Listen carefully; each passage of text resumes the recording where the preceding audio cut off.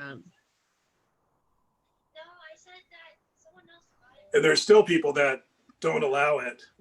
IT staffs that the NINA group that does the National 911 sent out a national poll the other day to switch from their software to Zoom to see if people could, and a lot of people can't do it because of their IT constraints. So it looks like, Jenny, looks like we do have a quorum. Yes. Okay. Well, it's 9:30. We have a really full agenda. I think we should just begin and then allow the commissioners as they're able to join us to join us. Let's see, that would be Elsie and Kenning. Is that correct? You can see Elsie now. Okay, good, good. I'm just wondering if anyone else kind of slipped into the same bad address that I did. Kenning was on earlier and oh, there he is. He's coming in. So. Oh, great. Okay. All right, Marlis. Thank you for once again keeping us headed down the right road here. And congratulations again. Well, at 9:30, call the meeting to order. And Jenny, do you want to start with the new staff introductions, please? Sure. Do we want to do commission introductions first, Bruce? Oh, yes, we do. We do. Thank you very much. Sure. So I'll begin. Bruce Newell, Commissioner. Ken? Ken Wall, Commissioner from Missoula. Dalton? Good morning, everyone. Dalton Johnson from Missoula, student at the University of Montana. Glad to be here today. Great. And Superintendent? Good morning. It's a beautiful day. It's a Wednesday, and Education Wednesday is a good day because we know Friday's coming. This is Montana Superintendent Elsie Arnson. Good morning. Great. Morning, Elsie. Morning. Kenning? Good morning. I'm Kenning Arlich, Dean of the Library at Montana State University and a commissioner. Excellent. And are we being joined by phone?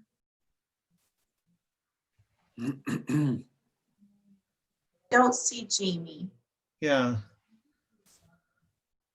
And then perhaps we can get other people on the call to just introduce yourself, and that'd be great. This is Connie Behe. I'm a commissioner. Oh, Connie, you're there. Great. It's okay. I know you didn't see me. It's fine. Director of Imaginative Libraries in Kalispell and a commissioner. Thank you. Next time I'll have a trusty checklist here so I don't do anything embarrassing like that. Other staff and guests, please. This is Jenny Stapp, the State Librarian. Glad you could be with us today. This is Melissa Williams, Central Services Manager at the State Library. Tom Marino, Web Manager at the State Library. Good morning. Good morning. Martin Landry with the Montana Talking Book Library. Excellent. Excellent. And congrats. I'm Marla Stark with the State Library. Marlis. Pam Henley, Consulting Librarian with the State Library. Morning, Pam. Amy Marchwick, Montana Shared Catalog Lead System Administrator with the State Library. Great, Amy. Thank you. This is Joe Flick. I'm with your CE coordinator at the State Library. Great. Morning, Joe. Tracy Cook, Montana State Library. Here we are, Tracy. Good. This is Sean Anderson. I'm from Imaginative Libraries, and I'm here on behalf of the MSC Executive Committee. Great. Thank you, Sean. This is Kara Urban, State Library. Kara? Evan Hammer, State Library. Evan? Marilyn Bennett, State Library. Marilyn? Jennifer Burnell, State Library. Jennifer, good morning. Sharon Hardwick with State Library, HR. Good morning, Sharon. We have an introduction in chat also, Carly Dilseed and Jane Hammond. Thank you, Marlis. Good morning. Good morning, you as well. You two as well. Okay. Well, Jenny, would you like to begin the new staff and longevities? You bet, happy to. I'm actually going to turn things over to Melissa, who's going to introduce Ashley, who's our new accountant. Perfect. Okay, good morning, everybody. I am more pleased than you will know to introduce to you our new accountant, and her name is Ashley Kandich, and she is coming to us from Missoula. And Ashley has several years of experience working as an accountant at a private organization in Missoula, and then also several years of experience in a firm in Helena. And so Ashley started remotely back in October, so that's been a challenge in its own. But she has exceeded expectations over and over again, and I am so pleased with how quickly she's picking up all of the new work. And so she is mostly responsible for all of the new administrative work coming on board with Heritage. And so that's going really well, getting all those things set up, getting all the new funds and appropriations subclasses set up, and getting all those invoices sent out, and helping Bryce just make sure and get all of the funds expended appropriately. So she's also going to be doing a lot of the monthly reconciliations and the quarterly financial reports. You all will see her if you're a part of the finance committee. So I'm just really excited to involve her in as much as we can. And so I'm so pleased to have her. So if you all would help me welcome Ashley. Welcome. Welcome indeed. Every person I speak to after having met with Ashley is just incredibly impressed. We're very glad to have you.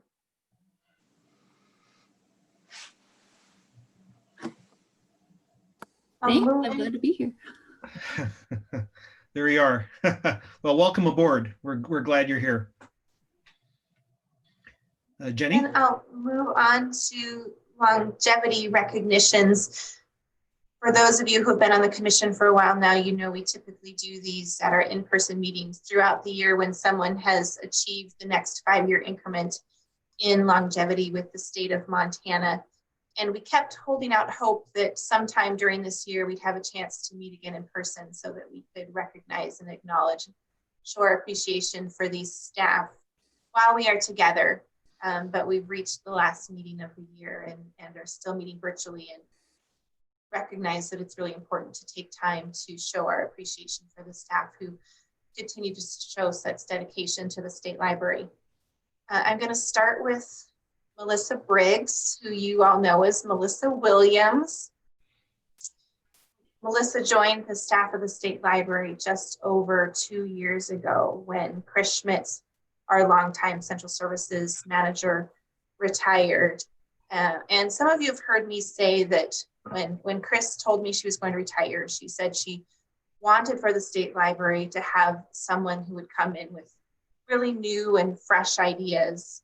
And when we interviewed Melissa, Chris actually teared up because Chris knew that we had found the replacement that Chris was hoping for.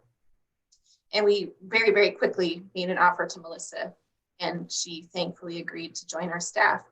And she's done exactly what Chris has hoped for us. She has brought new ways of thinking about how we use technology like the state budgeting system to rethink how we plan for our budgets in ways that's made it really much more useful and effective to help us do the kinds of reporting that we have to do to you, the commission, to the Institute for Museum and Library Services and others. And through the use of that technology, it helps us to better plan for the use of our resources going forward. As we continue to advance the reporting, I'm anxious to be able to include a lot more financial information that she has available to us in that kind of reporting view. She started the finance committee of the commission, which is something brand new for the commission. And I know she appreciates the commitment of commissioners to have a group of commissioners that she can bounce ideas off of and go a little deeper into questions of budget and finance for the agency. She really brings fresh eyes to the agency, and her perspective is allowing us to see ourselves in new and different ways. I'm excited for us to talk about the rebranding initiative that's a little bit later on the agenda. This is something that she's been talking about since she started with the agency, and I think it really bears merit, and look forward to carrying that forward. So, Melissa, thank you. We're so glad that you could be with us. Melissa does have 5 years with the state of Montana. She worked previously for the governor's budget office program planning as a budget analyst. And prior to that, worked for the Lewis and Clark County with the county health system. Thank you, Melissa. Thank you. Thank you indeed. Thank you, Jenny. Do you have a short speech for us, Melissa? Coming later. Okay, well, thank you. We are really indebted to you for joining us and appreciate your good work. Now I'm going to ask Evan to share the 10-year appreciation for Martin. Thanks, Jenny. I know we normally have supervisors do this, and I will hand this off to Marilyn in just a second. But as you can see, Martin's been here for 10 years. Marilyn, as many of you know, just started at the beginning of this year. So although honestly, I thought Martin had been here before I started, which was 11 years ago. Martin and I have worked most closely in the last few years since we had a reorganization that put Talking Books in my area of responsibility. Martin, along with a couple of other folks in Talking Book, have been a real source of stability over the last few years. Again, as some of you know, since the beginning of 2017, we've had 3 different supervisors in that area, and Martin is the 3rd circulation clerk for the Talking Book Library. And when I first started working with Bert in 2017, I remember distinctly him saying, you know, he gave me a very good tutorial of everything he did and walked through things, and then he said, but really, Evan, if I ever have any questions, I go to Martin. So it was pretty natural when the clerk position opened up again, I think it was a year and a half, 2 years ago, that for Martin to slide into there. His background as a reader advisor for most of his tenure here, as well as his secondary duties of supporting our Keystone Library Automation System, CLOS database, have been extremely helpful.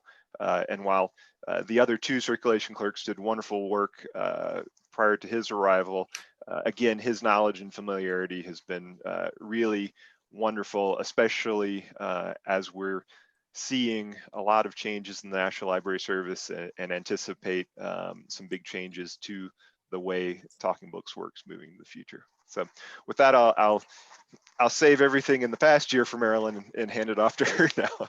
Thank you, Martin. Thank you, Evan. I would love to talk about Martin.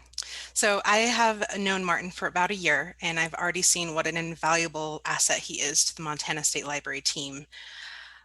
By choosing to continue to work in the library during our shutdown, he ensured that our valuable services remain uninterrupted and still continued to the Montana State residents. He is the recipient of the 2020 Montana Governor's Award for his excellence in service. And during this time of added stress and workload, he has been unfailingly kind and patient with everyone that he meets. So in short, we really appreciate your service, Martin. Thank you. Thank you, Martin. Yes, thank you very much indeed. Well, I finally figured out how to unmute, so. There you are. Hey, yeah, thank you very much also. It's been doing the circulation and also the readers advisory has been really fun, and It's really nice to have supervisors and leads that let me go ahead and put out suggestions and knock down the ones that aren't good and take the ones that are. So it's been very fun. Well, Martin, just as everyone has said, you kept talking books talking over this last 9 or 10 months, and I understand that there's some risk involved in that, and I can't thank you enough for stepping up and doing that, and even more, I thank you for doing it safely. I love the mask. But yeah, we do now have a temporary assistant who will be working for the next 6 months for the state library. Her name's Tiffany, and she's been in helping. And as part of that, just safety and protection, we do adhere to the mask wearing. So, well, that's yes. great, and you've kept people reading during these times. You know, it's just heroes come in all different flavors. Thank you very much. Oh, appreciate it. Jenny? Finally, I'm happy to acknowledge Tom Marino for 20 years of service with the state of Montana. He started with the Department of Administration's Information Technology Services Division. He and I started at the state library in the same month back in October of 2005. So I've never known the state library without Tom. Tom serves as our web manager and has kept really the heart of our information infrastructure current and modern over the course of the last 15 years that he spent with the state library. He's migrated platforms, migrated to different kinds of hosting environments, supported the building of content management systems, migrated content management systems. When we faced the budget cuts in 2017 and lost about half of our IT staff, Tom really stepped up and showed the kind of leadership that we really needed to help ensure that our information systems and technology, the desktop support on which staff relied, our server environment, and as well as our websites, continue to function, continue to meet the needs of our users. He's in the middle of another migration right now as we migrate to an up-to-date server environment. He is also now in the process of leading an effort to completely redesign the state library website with a company called eWay. I look forward to sharing more information with you about that project as it progresses in the coming months, as well as the migration to yet another content management system, this one operated by the State Information Technology Services Division. When I think about the library profession and the need to keep pace with technology in order to meet our users' needs, it's paramount that that first impression of library services that a user sees through a website meets that user's expectations. And Tom has really exemplified how we are able to achieve that end result through his work with the state library. Tom, thank you for your continued service to the state library and 20 years with the state. Congratulations. Thank you very much. I remember one of my first meetings at the library was when we were required to move to the John Deere Green website, and Bruce was in that meeting. So it's been a long time. You know, what I miss about not work, well, I miss a lot of things about not working at the state library, but one of the things is Tom, is your quick intelligence. You're always thinking, and I appreciate that. Most of all, I miss your laugh. You and I used to have work tables close to each other, and I would hear your wonderful laugh around the corner, and it was great then, and it's still great. Thank you. Thanks. I did win most unique laugh in high school. Well, a new award. Well, thank all three of you, Melissa, Martin, and Tom, for sticking with us during some tough times and hopefully now some good times. Let's continue to rock and roll. Evan, are you going to introduce Dr. Maynard?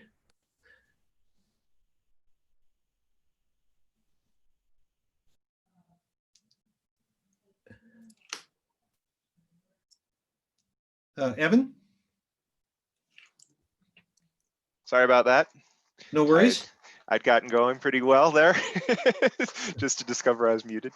Happy to introduce to the commission, Dr. Catherine Maynard, the geospatial analyst, state geospatial analyst for the United States Department of Agriculture Natural Resources Conservation Service. I believe we have a resolution, but once that's read, I hope I'll have a minute to say a couple more things. Well, that's great, and I'm pleased to have a chance to read the resolution. I appreciate the opportunity for Catherine, Dr. Maynard. This is kind of an odd resolution. It's an uncommon resolution for an uncommon scientist and a public servant, and I'm really pleased that we have a chance to do this. This is a resolution honoring Dr. Catherine Maynard for her long tenure as the United States Department of Agriculture, Natural Resources Conservation Service, State Geospatial Analyst, and Honorary Montana State Library employee. I think that maybe Catherine is the first honorary MSL employee, so wonderful. Whereas Catherine has committed her career to public service, recently celebrating 30 years of service with the United States Department of Agriculture. Whereas for 24 years, Catherine has worked for the State Office of the Natural Resources Conservation Service while co-housed in the Montana State Library, because she and her agency recognize that her position is most effective working collaboratively with the team of GIS analysts at the State Library. Whereas Catherine and Montana State Library share common values regarding the importance of public access to government information. Whereas Catherine has championed the long-standing relationship between the State Library and the Natural Resources Conservation Service, and especially the Natural Resource Information System, including the Water Information System and the Montana Natural Heritage Program. Whereas Catherine guided the development of an amazing series of snowpack and water supply maps through partnership between Natural Resources Conservation Service and the State Library that dates back to 1992. Whereas Catherine has contributed significantly to the remote sensing profession with applications in rangeland inventory, wetlands conservation, and soils and land cover mapping. Whereas Catherine has served as the Montana theme lead for the Montana Spatial Data Infrastructure Soils and Hydraulic Units since their inception, and has contributed substantially to the development of the hydrography, imagery, elevation, land cover, and wetlands themes through both direct work and through Natural Resources Conservation Service funding support. Whereas as a longstanding member of the geographic information profession in Montana, Catherine has participated in the legislative planning process that resulted in the Montana Land Information Act passed in 2005. Whereas Catherine has served on the Montana Land Information Advisor Council for all of its existence, and during that time served on countless subcommittees, including the grant review and land plan subcommittees on many occasions. Whereas Catherine has gone above and beyond to assist the State Library during difficult financial times to ensure the continued success of the programs that she deeply values. Therefore, let it be resolved that the Montana State Library Commission, 1, honors Dr. Maynard for all her years of work. 2, thanks Catherine for her service. And 3, wishes Catherine all the best for her retirement. Thank you very much. Do we need, Marlis or Jamie, do we need to take and put this to vote? It is an action item, Bruce. It is an action item. May we do this by unanimous consent? All those commissioners in support of this resolution, please say aye. Aye. Aye. Aye. Aye. Any opposed? Any abstentions? Well, by universal acclamation, this resolution is accepted. And Evan, you had a few more words. Yeah, Oh, I am unmuted. Yeah, I just wanted to say, Catherine obviously has been here the entire time I've been at the State Library, and before that. And the story that I like to share, that some of you have heard, and I'll keep sharing, is that I came out to Montana from North Carolina, and I had a classmate in the geography program in North Carolina that had gone to, I believe, MSU undergrad. And when she heard that I was moving to Montana and working for the state, she quickly scribbled down 2 things for me. She said, if you're doing GIS in Montana, you need to meet Catherine Maynard, and you need to find out about the Natural Resource Information System.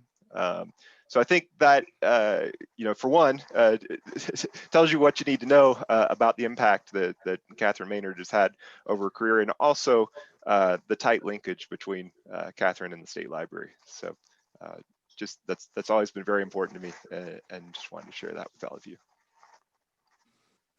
Jenny, do you have some comments? Oh, I can't tell you the number of times that Catherine has sat in my office, or I've sat in Catherine's office, and we've talked about the issues of the day. We've talked about how we continue to advance our services, how we advance our coordination efforts. Catherine's one who is always willing to share her thoughts and ideas with us, always looking for ways that we continue to improve our services, that we can improve our effectiveness, and really seeks out opportunities to make sure that we grow the number of stakeholders that are aware of and using our information. As is said in the resolution, I think she values access to government information as much as any of us. And we truly couldn't ask for anything better in a partner. And I'm so grateful to have the opportunity to honor Dr. Maynard in this way. Catherine, thank you. Thank you, Jenny. Are there any other comments or discussion from the commission regarding Dr. Maynard's resolution? This is Ken. I can't remember the first time I actually met Catherine, and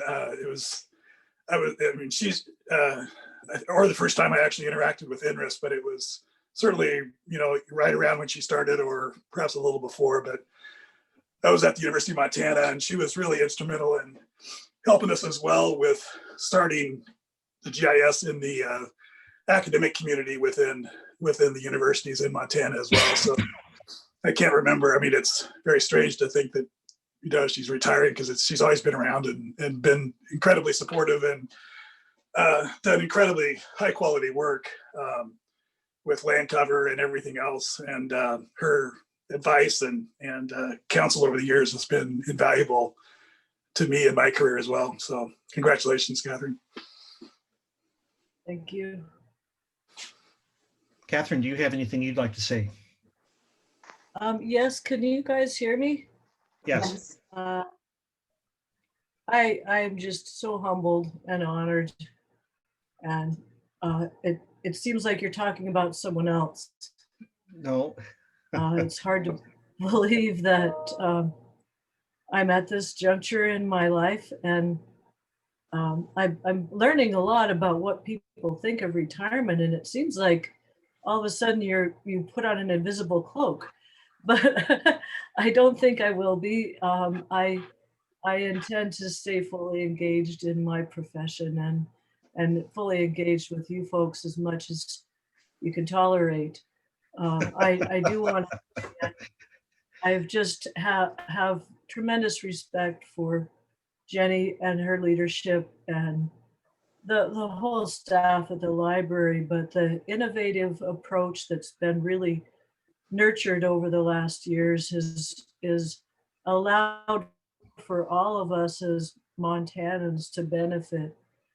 And I'm grateful that the commission has been supportive of innovative approaches that not that long ago might have seemed a little bit outlandish. So I'm I'm just very, very grateful to all of you and really hope that the work that we have done together can continue. I do want to mention, Ken, that the first time I met you, I was a graduate student and you were teaching a lab about databases. And I had no clue what databases really were, but you inspired me so much that I became a, a closet statistician. and I think that you also inspired me to understand that as charming and attractive as spatial data is, it's only as good as the databases and the attribution behind it.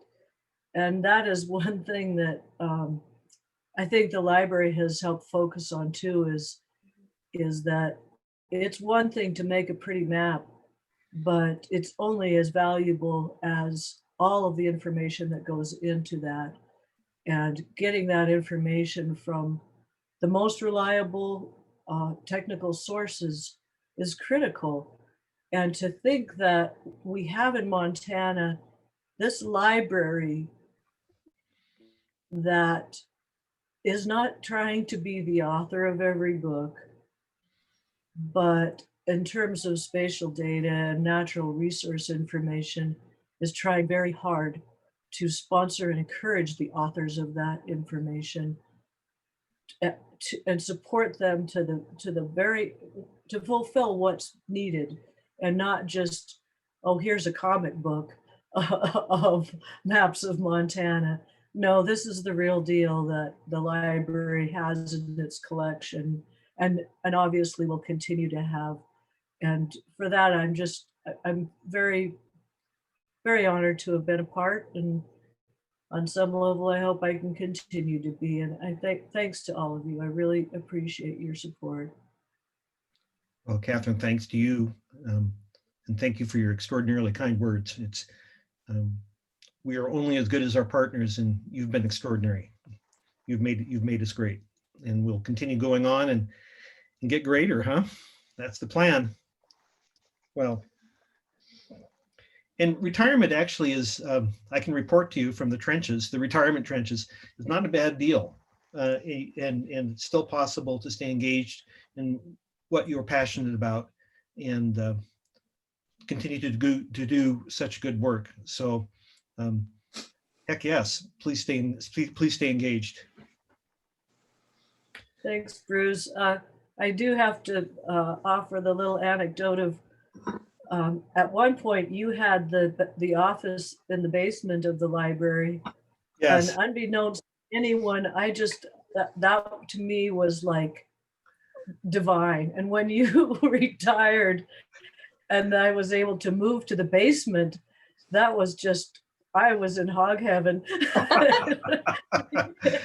I used to always, I had lots of room and privacy, and everyone else was shaking their head like, whoa, what is wrong with you? You want to go sit in the basement? I always was gently, humorously harassing the state librarian at that time, Darlene Staffield, and saying that it was perfect except it lacked a window, and I was going to come in some window and add some weekend and add a window with a sledgehammer.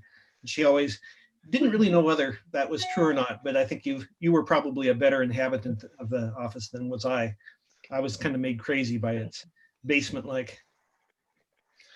Well, thank you again. Thank you again. Thank you. Thank you, Catherine. Next item on our agenda is the consent agenda. Is there any discussion? It's an action item. Is there any discussion about the consent agenda?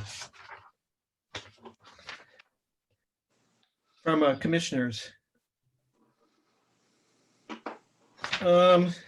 Seems to me the only action item there, if I read this correctly, is adoption of the October 14th, 2020 minutes.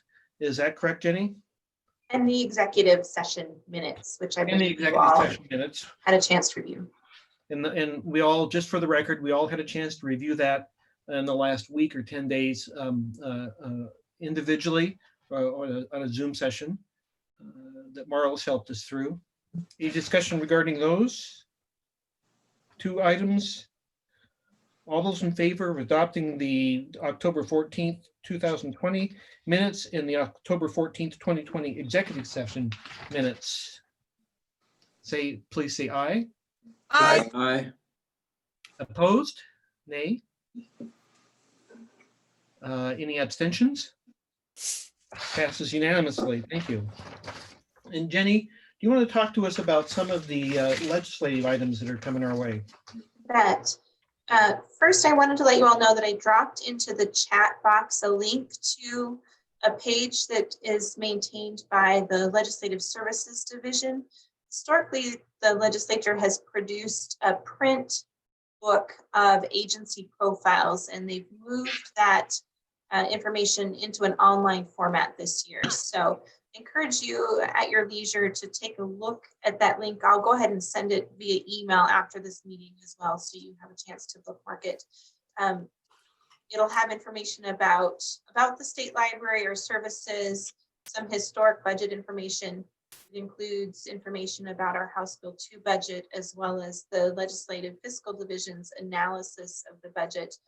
And then you'll see on the far right a tab that is a landing page for legislative information produced by the agency. So that will be where we keep current information relevant to the legislature available to legislators as well as to the public. A lot of the information there is yet to be posted as it's created and developed as we get a little bit closer to the legislature, but I hope that will be a useful resource for all of you as we move into the legislative session. There's a number of different things to visit about. In Governor Bullock's budget that he issued in November, it includes the personal services, present law adjustments, fixed cost adjustments, and those kinds of expected increases that we would expect to see. It does include a very modest fixed cost.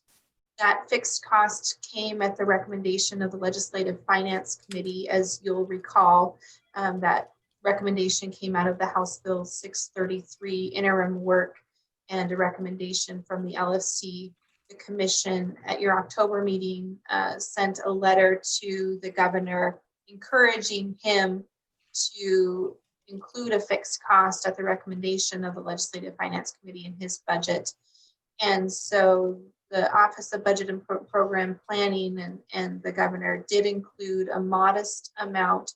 It's only $117,000, and it does include one FTE.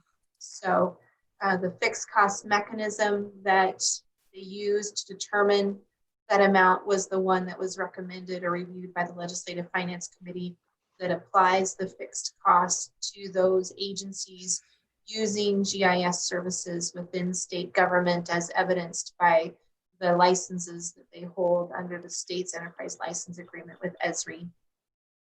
This would replace the current pass-through model, which allocates pass-through funds through the 5 agencies, 4 state agencies, and the Montana University system, and expand that allocation out to approximately 19 different entities. State Library, of course, would not be included. The university system is still included. The source of the $117,000 was application of the consumer price index, so adjusting for inflation on the roughly $280,000 pass-through amount going back to about 2005. So adjusting for inflation over the last 15 years, the governor's budget office determined that inflationary amount to be $117,000, and then they're applying that roughly $400,000 amount in a fixed cost to those 19 or so agencies. So again, that is included in House Bill 2 or in the governor's current budget. Questions about that update?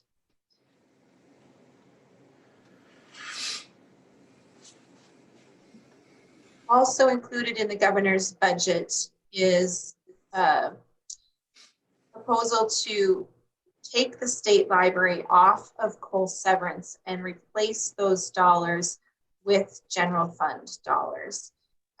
This action would be contingent on passage of legislation that would eliminate the basic library services account in the coal severance task distribution. And the current draft, there is no language for that bill yet available, but it's LC 943. You'll see that information soon linked from that legislative page that I told you about. So again, the legislation would eliminate the basic library services account from the statute that distributes the coal severance tax.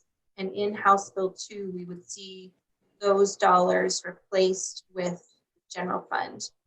I view this transition with some trepidation. We've seen significant general fund cuts in the recent history of the state library. But as we've talked about for years, I don't think any of us have any confidence in the future of coal as a viable source of revenue. To put this discussion in context, the appropriation for the state library in the current fiscal year is about $560,000 in coal severance tax. But in our current year budget, we are only budgeting to spend $430,000 because that's what's anticipated in terms of actual cash revenue coming in. So we're leaving about $130,000 of appropriation on the table. What's included in the governor's budget is the full amount of that appropriation in general fund, $567,000. So in the near term, we would at least benefit from having the ability to spend that full appropriation, $567,000, rather than having to plan to not spend about $130,000. And right now, I can tell you that we're paying invoices, and we've made federation payments with the intent that those payments be funded with coal revenue. And we're still anxiously awaiting some of the cash to come in to actually cover those expenses this current year. So I think in the long run, it's a prudent move. It's certainly not without risk, but at some point, as we've said for years, we need to address the situation we find ourselves in tied to the coal revenue. Do any commissioners have any questions about this? This is as Jenny said so well, this is a long-term strategic problem for us or challenge for us, based upon what seems to be kind of a steady decline of coal severance tax funds. But on the other hand, we've suffered general fund cuts as well. So I'm concerned about it, but like Jenny, I think that this may be the wisest route, at least from my perspective. Are there any members, anyone online here that can speak for federations?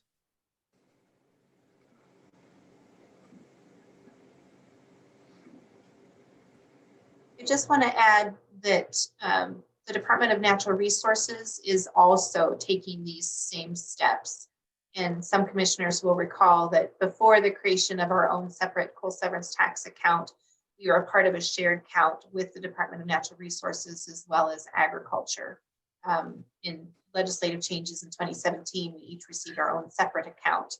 DNRC is also taking these steps to transition from their coal account to general fund, and this same legislation would also eliminate their coal account.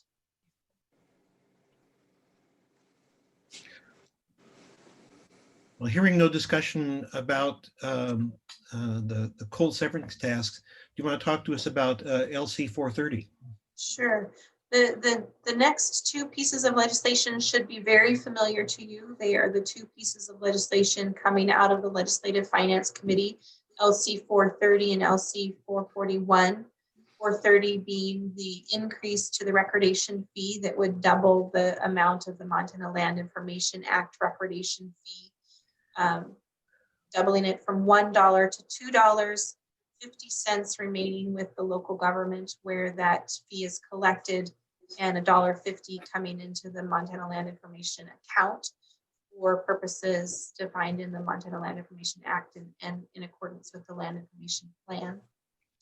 We're currently preparing supporting documentation to distribute to the legislature and stakeholders that has information about the actual changes to the legislation, frequently asked questions, information about important stakeholders, and so forth.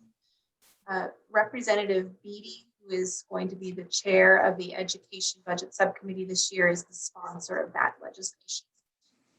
Will you please And then send a copy of those supporting documents to the commission, please? We will, and they'll also be posted on that legislative website when they're prepared. Great, thank you. The LC 441 is the 911 funding legislation that we've talked about. Again, it would take $450,000 off the top of the fees collected in the 911 account and appropriate them to the state library each year for purposes of improving GIS and public safety boundaries in support of transitions to next generation 911. You have in your meeting materials the supporting documents that we've prepared for that legislation. So that sort of gives you an idea of the kind of information that we prepare. A couple more pieces of information. This legislation is going to be sponsored not only by Senator Ellis, who will carry it in the Senate, but by Representative Frank Garner in the House. Representative Garner sponsored next generation 911 legislation in 2017 that modernized the current emergency services legislation and has worked closely with that stakeholder community since 2017. He is going to be on the House Appropriations Committee in the coming session and will be sponsoring this legislation in the House. And then again, Senator Ellis will sponsor it in the Senate. The 911 Advisory Committee, which advises the Department of Administration on their public safety services, including how they spend 911 funds, has reviewed the legislation in September. They didn't necessarily take action to support it, but the conversations were generally supportive at that meeting. That advisory committee meets again tomorrow, and the Department of Administration has shared information with the committee about how reappropriating $450,000 from that account to the state library would impact the distribution to the public safety answering points. They receive a quarterly distribution of 911 funds, and with $450,000 coming off the top, some of those funds would be reduced, understandably. Our argument, of course, is that by investing in this kind of statewide program, we're using those dollars far more efficiently and have the ability to benefit all PSAPs rather than just those local governments that have the GIS capacity to do that kind of work. The Montana Association of Counties has shared that information, as well as information prepared by the state library with commissioners.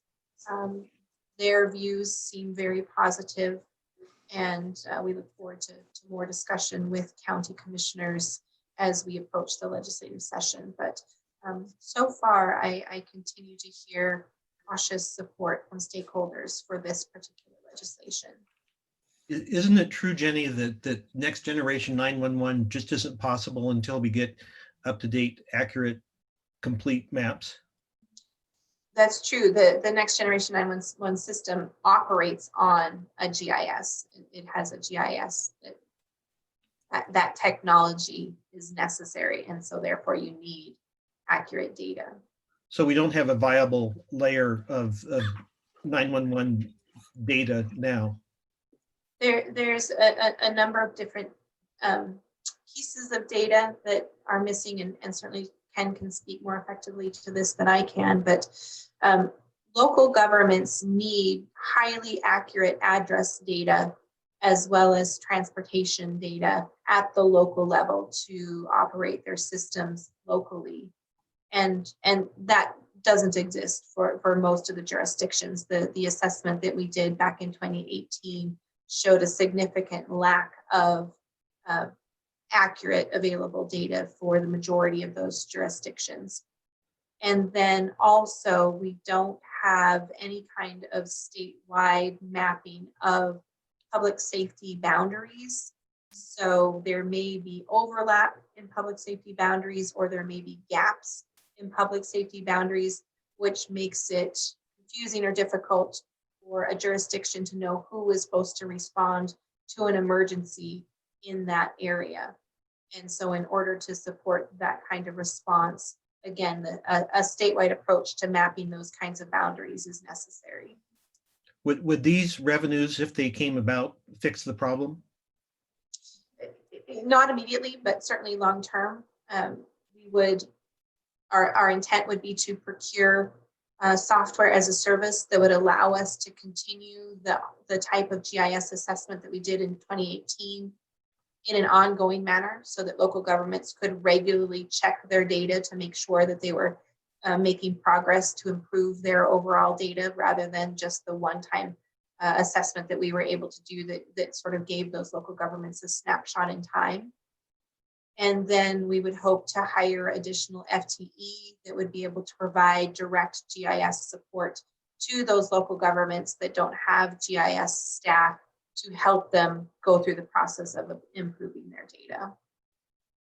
And then actually do that statewide mapping that I described. Do other commissioners have comments or questions regarding either the MLIA recordation fee or about the 911 fund request? This is Ken. I'll say a few general things. I want to, in terms of full disclosure, I generally recuse myself from the 911 discussions, because we, as my business does work in this area and works on some of the 911 grants. But in general, I think this is keeping with the long traditions of the state library. We're not developing, well, I shouldn't say we're not developing new data for 911, but it's using core data that's used by every local government in the state. As Jenny said, the transportation layer, road center lines, as well as addresses and emergency service boundaries. So we're really making them 100% airtight. I would put it that way. We're making them as accurate as possible with local government eyeballs. This is coming from local governments, and this tradition of 911 starting, the current system starting 15 to 20 years ago, is based on a table and database tables rather than on maps. And so it's a welcome thing. And I think we have a long tradition of working on data together as a state, aggregating it in an authoritative way to the statewide level. And that's really what this is about. Instead of every county and municipality in Montana doing their own thing with 911, which has been the tradition. It's a local government thing, 6,000 entities around the country. Now they're all trying to do it in a consistent way, so that, in part, so that if we have a large event, such as a wildfire, tornado, et cetera, other parts of the country can chip in and we can as well. So it's an interoperable system nationwide, which is a real challenge. So it's very much in our tradition of Montana and what we do, I think, extremely well. One thing I think is important to point out is that there is not funding procured in the state yet for actually converting the entire state to next generation 911. Eventually, we're working at the PSAP, but PSAP is a public service answering point. It's typically a county or in an urban area, municipality. But this has to be aggregated through some funding that isn't there yet at the statewide level, as well as some of the technology on the IT end of things. So that we're still looking for the royal we of the state. We're looking for federal funding, state funding, ways to make this happen. But everybody in the state's sort of doing their best to work towards it as a goal. And that's very much where this is squarely in the crosshairs as a procedure to work towards it. So I'm very supportive of this process. And also it's important to point out that well more than half of the counties in Montana do not have anybody directly in that county that does GIS. And so we're really bringing the have-nots along with the haves with this process. Great. Any other commissioners have any comments about these? Basically, everything upstream from the broadband study resolution on our agenda. Just wanted to, I'm learning about all this real time, and I'm excited to see this 911 project, because information integrity, especially regarding public information and making sure it's accessible and standardized to all, is very much a library duty, and it falls within our mandate. And I'm proud to be part of Montana State Library Network, where work like this is being done. I think it really adds a lot to the value that we provide the state. So thank you for leading the charge in this area. I need to, of course, acknowledge Michael Fashway and all his hard work. You know, I was thinking about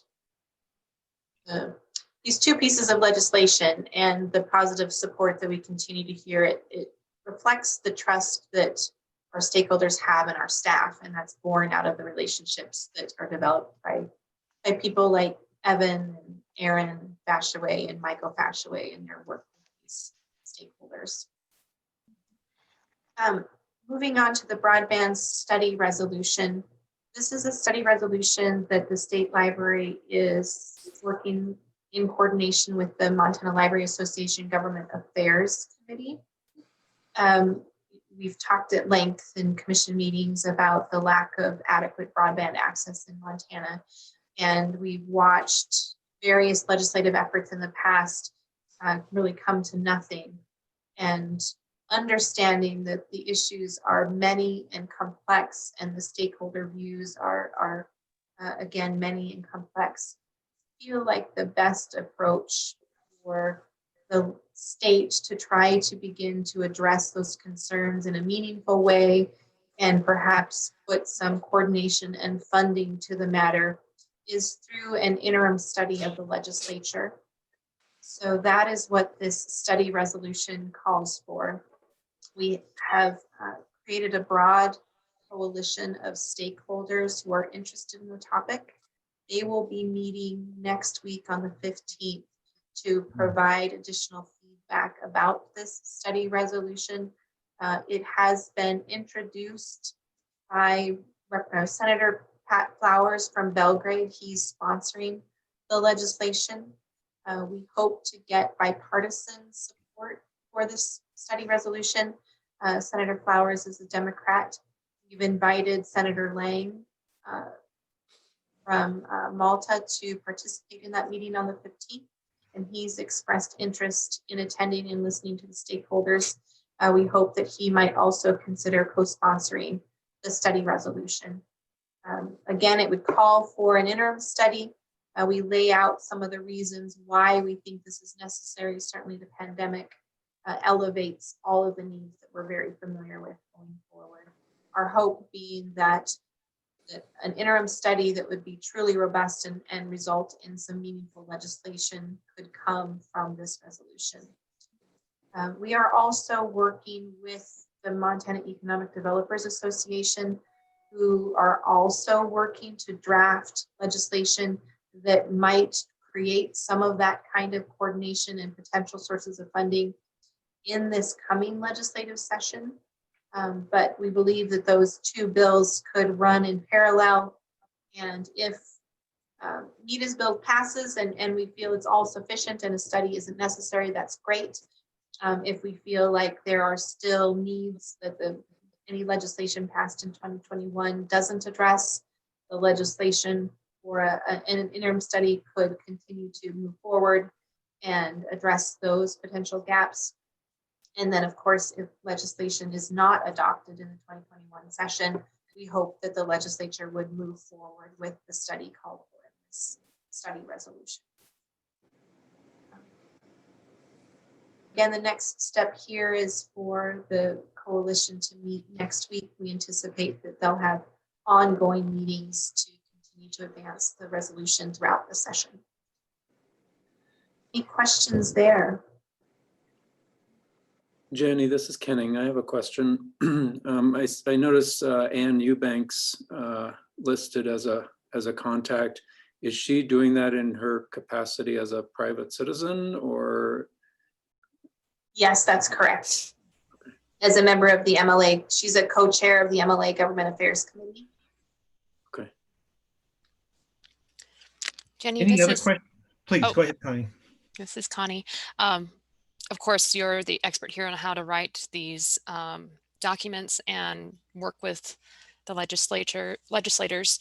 I'm concerned that there's not enough teeth in the resolution as far as language that's a little bit more pointing out the critical need here. It's not just necessary, but it's absolutely critical in order to access information that would have just, like, the reason libraries exist is to make sure that all individuals have their rights met by having access to information. And right now we're creating a more and more online world, including libraries where we have digital collections and offerings. And if we aren't offering these tools, we're not doing our jobs to provide that access. And I don't see that as forcefully written in the resolution, but maybe that's not the place for it. I don't know. But I thought even changing something like necessary to critical, I don't know. Also like another whereas maybe that says something more about the access. We never want people who can afford information to be the only people to get it. It has never been the American way. We've always said that anybody with access to this can make a better life for themselves. So, and not to get too into the weeds here, and of course, take your recommendation on how it should be written. Those are just some things that come to my mind. I'm in the process of advocating and answering concerns about our own lending technology here. And so those things are fresh in my mind. Do we have that opportunity, Jenny? We certainly do. As I said, the meeting on the 15th is to the first time really that we'll have a chance to come together and discuss the actual language. Connie, if you wouldn't mind just putting some of that in writing for me so I have it in front of me, I think that would be really useful. Sounds great. Go ahead, Ken. I was just going to reinforce what Connie said. I think it's really important to you know, as plainly as possible talk about the critical nature of that, because it is it does get lost in the shuffle sometimes, I think, and it's very critical. I was kind of this cohort that's formed to kind of work with NTIA and the broadband data that's out there combined with speed tests and such. They had a training last month and another one coming up, I think, this month. And I was a little disappointed in learning that they're dropping the contractual internet type commercial agreements, or I don't think it's ever been self-reported by the industry as intended anyway. But those aren't really critical. Those are the kind of contractual fiber type arrangements that are available and run for like libraries, community anchor institutions, and those sort of things, as opposed to general broadband available to the public. And they're dropping that as a measurement or a reporting tool, I think, because it's self-reported by the telcos and has not been. We follow that data and have looked at it occasionally, and I've not seen any specific. And I think that's perhaps for privacy reasons, in terms of individual contracts, but it's pretty critical. The other general statement I have about the broadband study resolution is one of the biggest things that's really not measured in all the broadband work is cost, and it's a touchy one, both politically and for many reasons. But I wonder if that's something that at least can be discussed with the coalition in trying to get some information. It's a broader topic, but it's quite important, and it's one that's often a limiting factor that doesn't have any national data associated with it, except for ancillary data. Thank you. Good suggestions. It's my intention if everyone's okay with this, is to go ahead and Jenny, you and Nanette perhaps discuss the MLA legislative priorities, and then take a short break immediately after that before we dive into the Montana Library Network discussion. Sounds great. Do have just a couple of other quick updates. Okay. And I should add to the commission, I'll certainly share that invite to the meeting on the 15th. And if you're interested, let us know. If we had a quorum, I would need to publicly notice the meeting, but that's certainly fine if you're interested in attending that meeting. Two other quick legislative updates. Of course, 2020 marked the U.S. decennial census that we've been talking about for a couple of years now. And as you know, state aid to public libraries is tied to the decennial census count. We anticipate at some time in the next few months receiving that official population count for the state of Montana. And from that, we would recalculate the amount for state aid to public libraries. And again, that amount is 40 cents per capita. In the state budgeting system is a placeholder for an increase in state aid to public libraries. That increase is $20,000, which would translate to an anticipated population increase of 50,000 people. Evan looked quickly yesterday and determined that the 2019 population estimate showed about an 80,000 per capita increase in Montana. Again, we're waiting for those official numbers. There's some pending federal lawsuits that could impact that overall population count that we need to wait and see how those will play out. But we hope in the next couple of months to know exactly what that official certified population count will be. And then through the legislative process, we'll make sure that that placeholder dollar amount is updated to reflect the actual census count. And then I believe it's in April where we should get more information about how the population is distributed across the counties. And it's that information that we would use to determine what an individual library's state aid increase would look like, assuming there's a population increase in that county. So I just wanted to make sure you were all aware that we are accounting for that change through the budgeting and legislative process this year. There's no action necessary to make sure that the statute continues, the funding continues, but it's a great time for us to talk about the benefits and the impact that state aid has in our local communities. And then finally, I've been working with Kenning and Dalton and Barry Brown at the University of Montana, as well as our staff, talk about the idea of an e-resources funding ask through our education budget subcommittee. We've seen during the pandemic, of course, the growing need for access to online information resources through libraries, through schools for online learning, through the university system.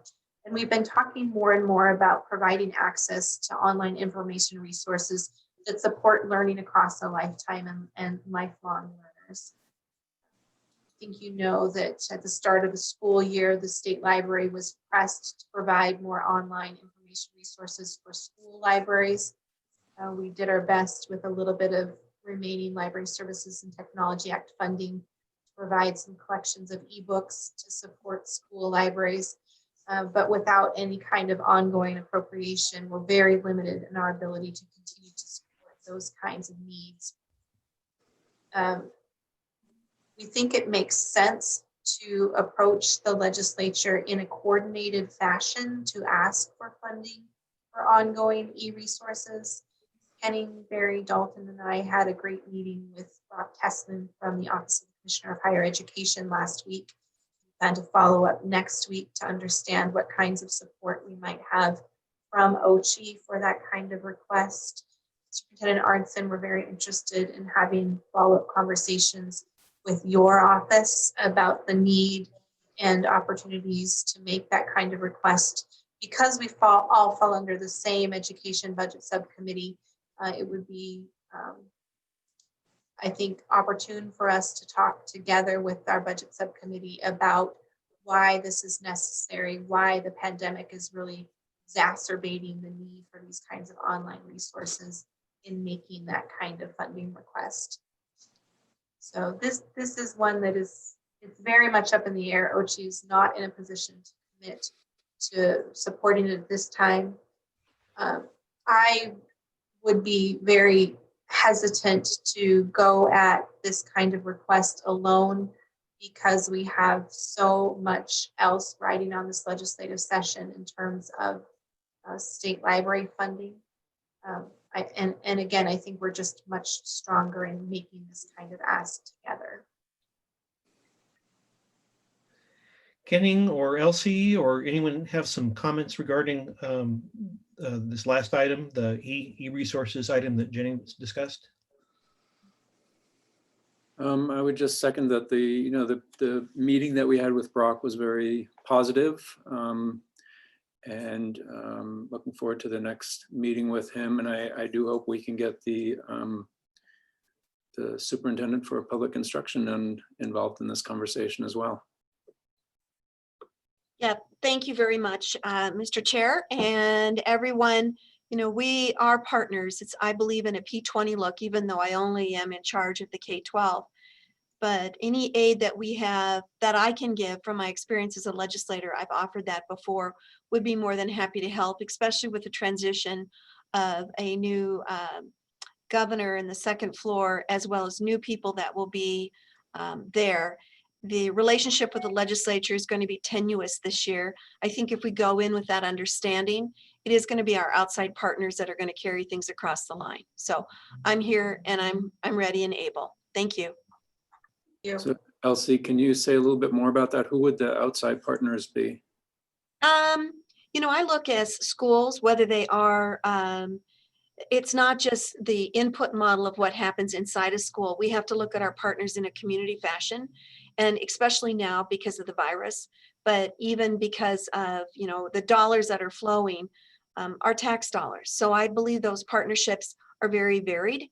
Whether it is a regional partnership that can help a legislator understand what has happened in other states, or whether it is a community partnership where we have a triangulation of east, west, north, however that might be. So they're varied. I've built up quite a few of those and been more than happy to share. We are very much talking to Brock Tessman as well as to the commissioner. But again, there's a lot of variability that's going to be occurring. My view of this legislative session is to tread very lightly and to come in with emphasis, but also not to be disappointed, but understand that we need to lay the groundwork for the next step. So that was probably not what you wanted, Kenning, in something more specific, but the partnerships are there. Okay, thank you. Jenny, would this be a good time to segue with you and Nanette talking about MLA priorities? Yes. Can I ask a quick question first? Sorry. Oh, pardon me, Ken. I'm sorry. Just to go back to Jenny's comments on the census and decennial census.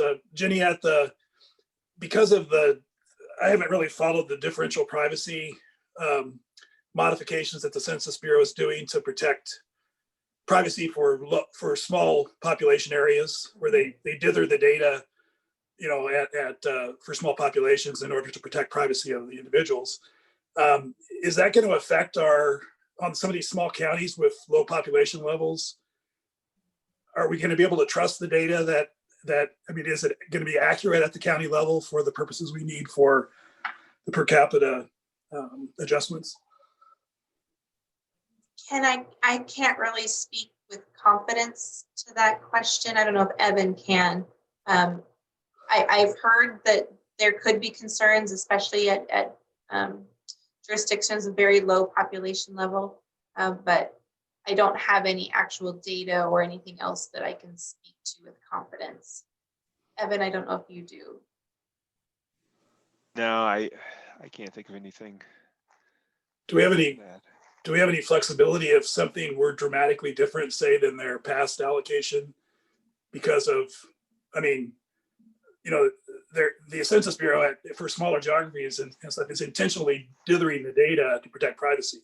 So you can't really, you know, trust it like you would at the statewide level or something like that, or at a broader geography. So I don't know. It's a tough one, but if things dramatically changed in a small county, it seems like it'd be nice. I don't know if we have any statutory or any kind of. Yeah.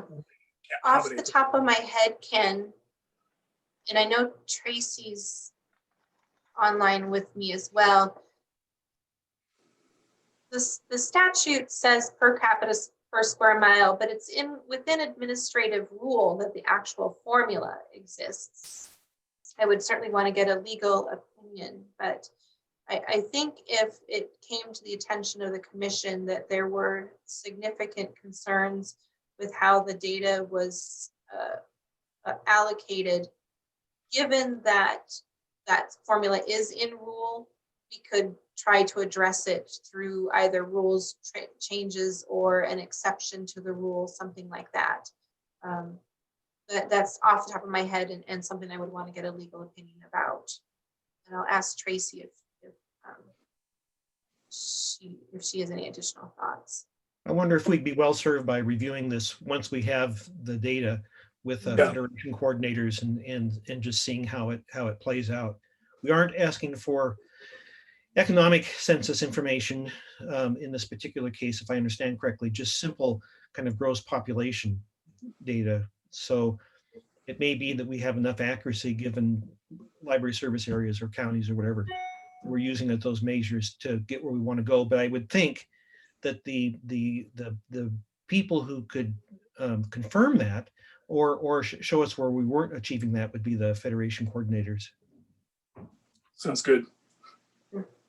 Yeah. Okay, let's before our break, can we talk about Montana Library Association legislative priorities? And are you leading with that, Jenny, or is that going to be? Can I ask Nanette too? Perfect. Okay. Good morning, Commission and Jenny. Thank you so much for allowing me the opportunity. It's interesting, a lot of these presentations I do, the association priorities diverge greatly from the state agency priorities, and we're oftentimes headed in what seems like two opposite directions and kind of at odds with each other. However, in the case of the Montana Library Association and the Montana State Library, much of what Jenny just went over aligns with the Montana Library Association priorities. And frankly, it's unique, and it's a pleasure to work with an association that has a very functional relationship with the state agency. So I will try to be brief and not duplicative based on that.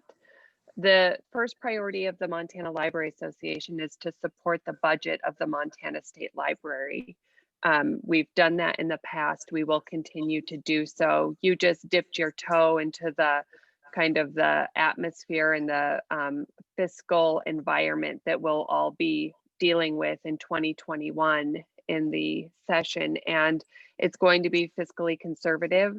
I think, there's not going to be a lot of opportunity for new funds or expanded funding for existing programs.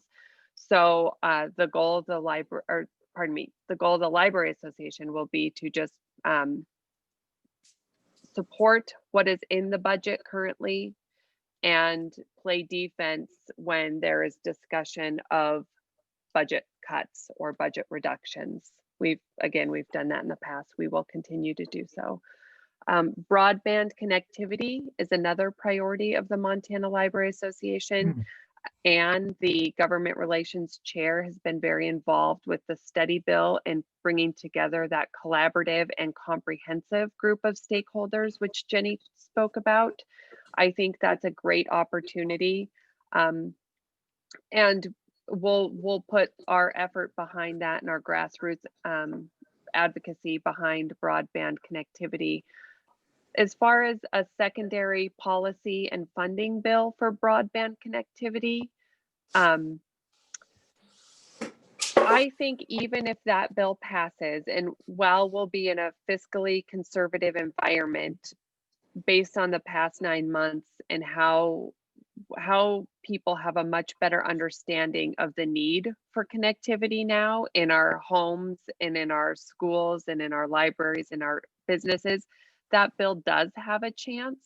But even if it does pass, I would say there's still opportunity and still responsibility to have a study bill go forward and look at if there are any holes or areas that were missed with the policy bill, or simply to evaluate the impact of the broadband bill that passes forward. So regardless, I think there's great opportunity there. MLA will be supporting the House Bill 633 legislative efforts, so the bills that Jenny spoke about, with the overall goal of increasing funding for digital library services. MLA stands ready to support those efforts and support the Montana State Library in that way. MLA, based on so many unknown factors, based on massive transition almost at every level of state government, and based on a very fiscally conservative environment and a different makeup of the legislative body, we're not bringing forward any other legislative priorities this session. That is not to say that we're just going to kind of kick our feet up and relax throughout 2021. We know there's great work to be done. The Government Relations Committee, as we spoke about, I think about a year ago with the commission, but the committee has taken on a very active role to be in front of the legislators during the interim and preparing and strategizing during the interim. So the Government Relations Committee will continue to do that work.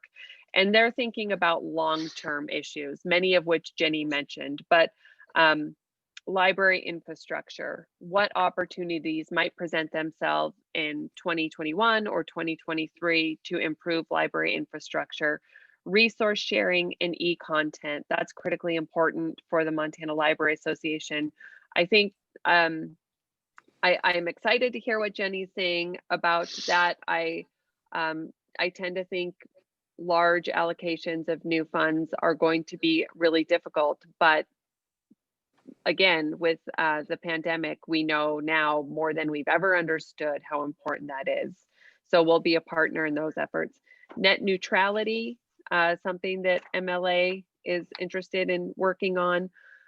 Lifelong learning and literacy, job and workforce development, small business innovation and development, STEM opportunities. These are all things that many individual libraries have taken on and been leaders in their communities, but MLA as a whole will keep those at the forefront of what's possible in future legislative sessions. And then overall, just maintaining libraries as in their critical position as community anchors. We will fight to protect that kind of designation. And then additionally, there's going to be defensive work that has to be done. There will be bills. We will oppose legislation that threatens privacy, intellectual freedom, kind of First Amendment type issues. So I anticipate the Library Association will be looking at all bills to evaluate impact in those areas. And I think we will also have to play a little bit of defense with the per capita state aid. It's not up for renewal. It's not up for much discussion, but we know in the past that didn't necessarily stop legislators from looking at it as a potential source of budget reduction. So we will be watching very closely House Bill 2 and the per capita state aid to ensure that it's not viewed as somewhere that could easily take a haircut for the state budget. And then we'll also be preparing to protect and extend that sunset into 2023. I believe that that's a brief high-level overview with not a lot of specifics because we're not bringing anything proactive outside of the priorities of the Montana State Library, but we will be side by side as a partner. Happy to answer questions and thank you for the time. Yeah, thank you, Nanette, for you and the Library Association being such great partners. Do commissioners have any questions for Nanette?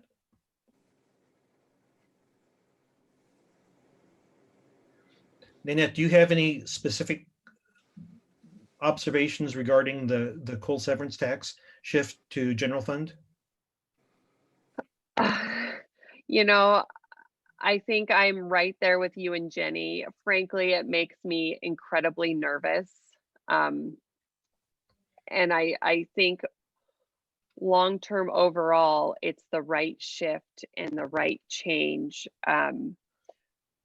I don't like seeing it go to general fund just because general fund, I feel, while it may be less volatile, it is often the first place legislators look to reduce the overall budget. But as we look long term with coal and that overall fund, I think it's the right move.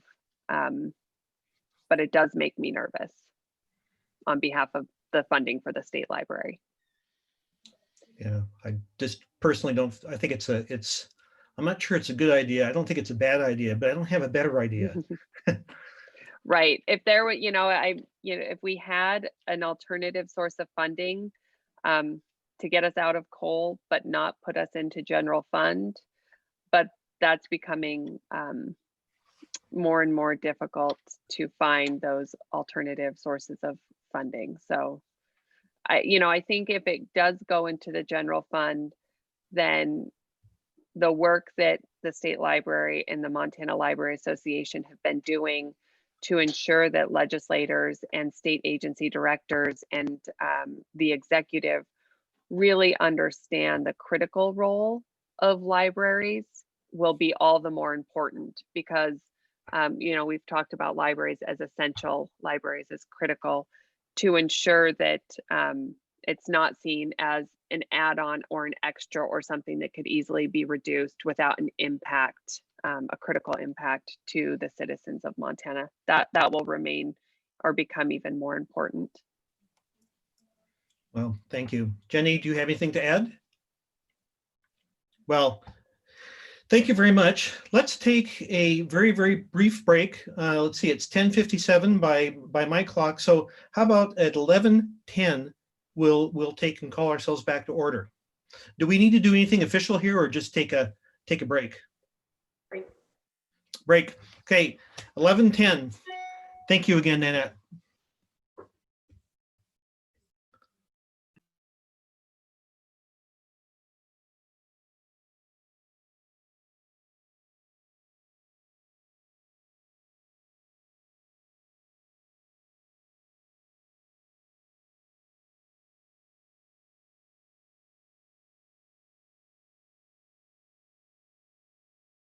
Let's see, are there any commissioners who aren't back? Which is an amazingly foolish question. Well, before we'll call ourselves back into officially kind of working in just a minute. But what I'm hoping we can do, unless the commission feels otherwise, is spend some time discussing the Montana Library Network, especially kind of you're discussing things that we thought you think we may have missed in our work sessions that we had earlier. I don't want to get too much in the weeds with MLN because we could spend the rest of the commission meeting on that.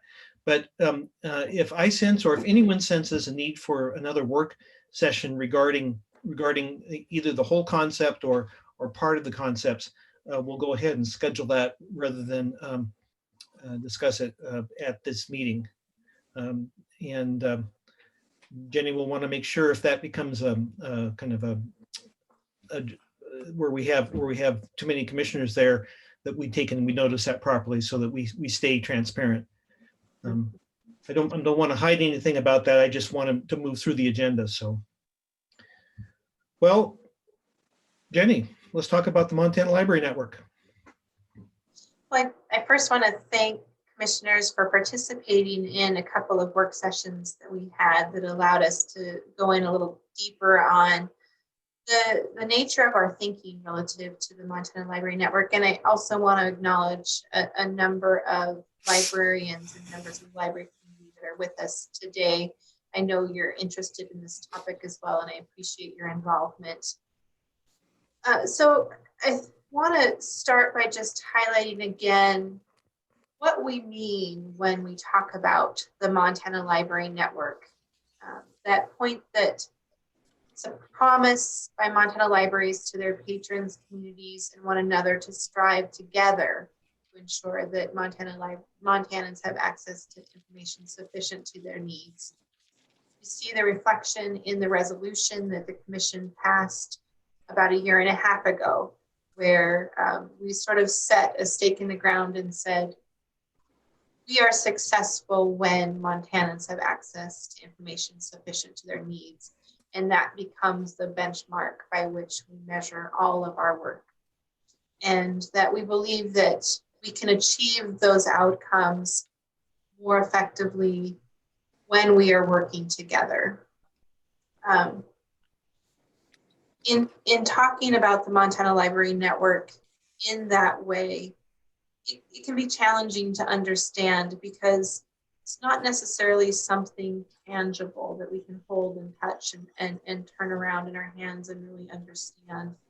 And for that reason, I think it's really important for us to continue to talk about what we think Montana Library Network is, where we think it's going, what it might become in the future, to really involve as many stakeholders as possible in that process to gain as much understanding as we can. And so the document that we've reviewed and you have in your materials outlines some key principles and provides some specific examples of what we think the outcomes of the Montana Library Network might be that articulate what it really looks like. What I want to focus on more right now is a discussion of why we think this conversation is important for this time. As we talked about in your work sessions, the Montana Library Network concept is not new. It's something that the State Library has talked about and focused on off and on over the last 20 years. But I think the need for us to think about collaborative services with a focus on our end users has really come to the forefront in my way of thinking as I've seen some of the challenges that our staff and our library community is facing when faced questions about the future of library services, generally and as a result of the pandemic. As we talked about in our work sessions, I think there's a real need for us to think about what we're describing as a core set of services in a much more holistic way. And I gave you some examples of how I've identified silos in thinking about our services that have resulted in some concerns and certainly inefficiencies in how we've done our work. For example, the different efforts that we have to support access to ebooks when right now more than ever we need good solutions that provide ready access to information resources that are available online. And if we're not talking about those opportunities collaboratively, I think we're missing an opportunity to achieve that end result. We've talked about the challenges that the partners are facing in how to shape how they share resources with their patrons and amongst libraries in order to best meet the needs of their users and their different kinds of user-seeking behaviors.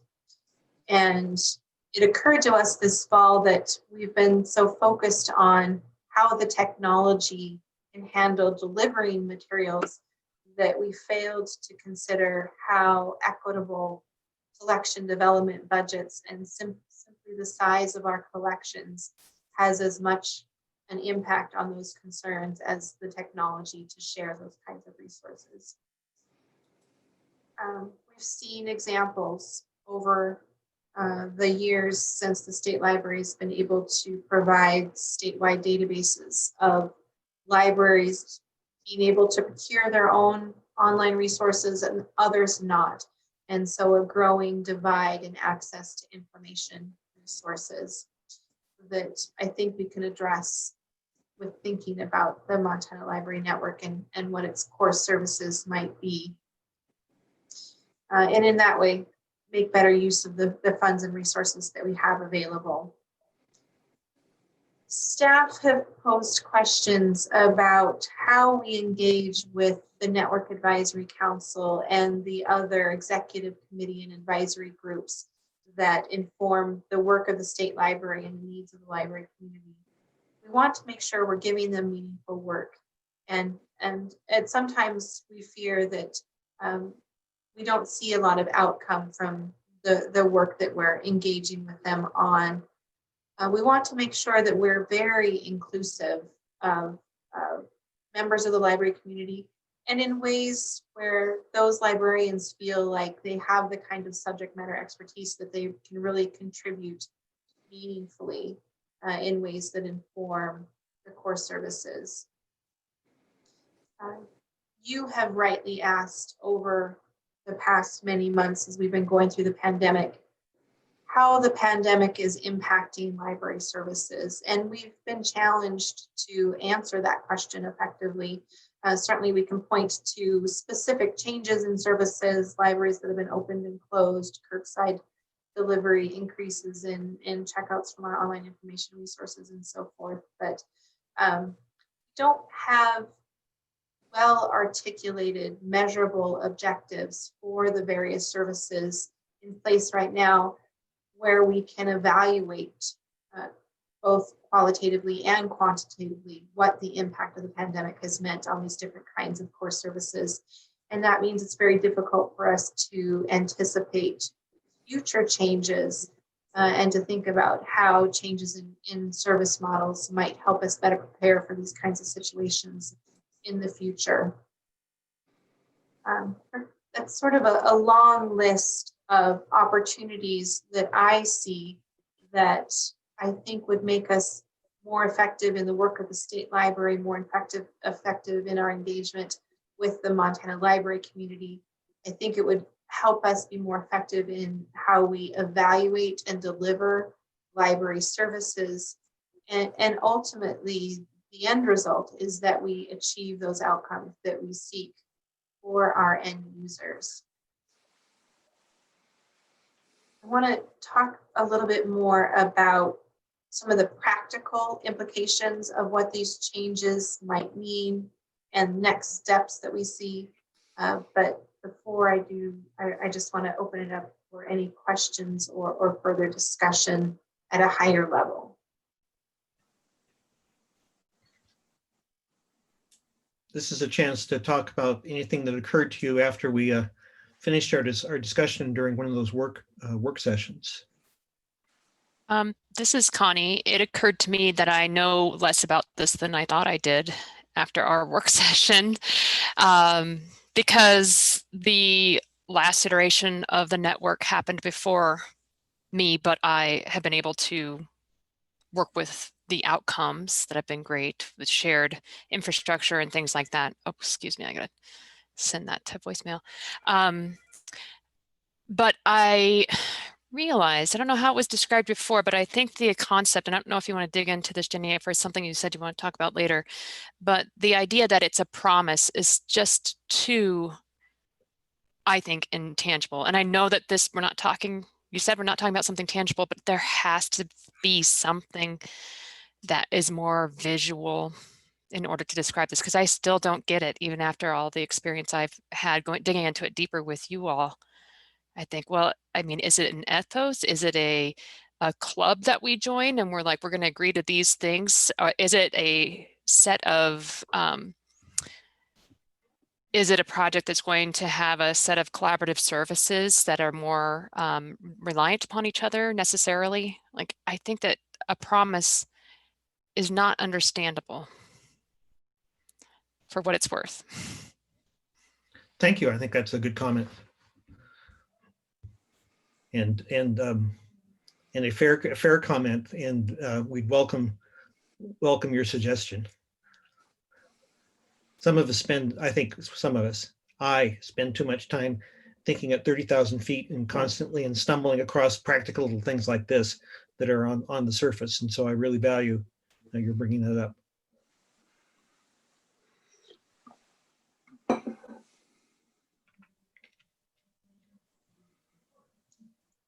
Well, Jenny? I'll move on.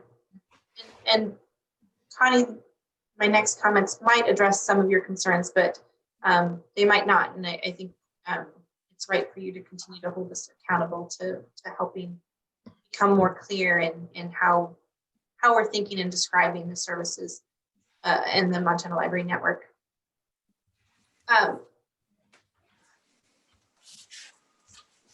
The reason why I strongly advocate that the Montana Library Network not be something that libraries join is that creates haves and have-nots, and it leaves libraries out, and therefore it leaves their patrons out.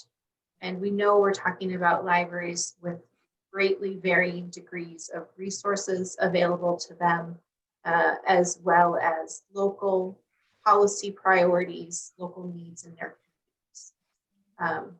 What I think we can talk about is a set of core services, and some of those are well known. They're what we have in place today, like a shared library management system, shared e-resources and e-resources platforms, interlibrary loan and other kinds of resource sharing, our Montana Memory Project and the Cultural Heritage Platform and so forth. What I would propose is that the Network Advisory Council be the body that advises us on what those core services should be. And then libraries have the option of participating in and taking advantage of those core services that meet the needs of their libraries and their communities, and that to the extent necessary they can afford. But this isn't the state library telling those libraries you have to make use of all of these core services to be a member of the Montana Library Network or not. But what it does mean is that on the advice of the Network Advisory Council in identifying these core services, these are the services that the state library invests our resources in. And these are the services that the state library seeks funding to invest in. And so those libraries that choose to participate in or take advantage of these services in investing their local resources are leveraging those resources with the financial and staff support that comes from the support of the state library.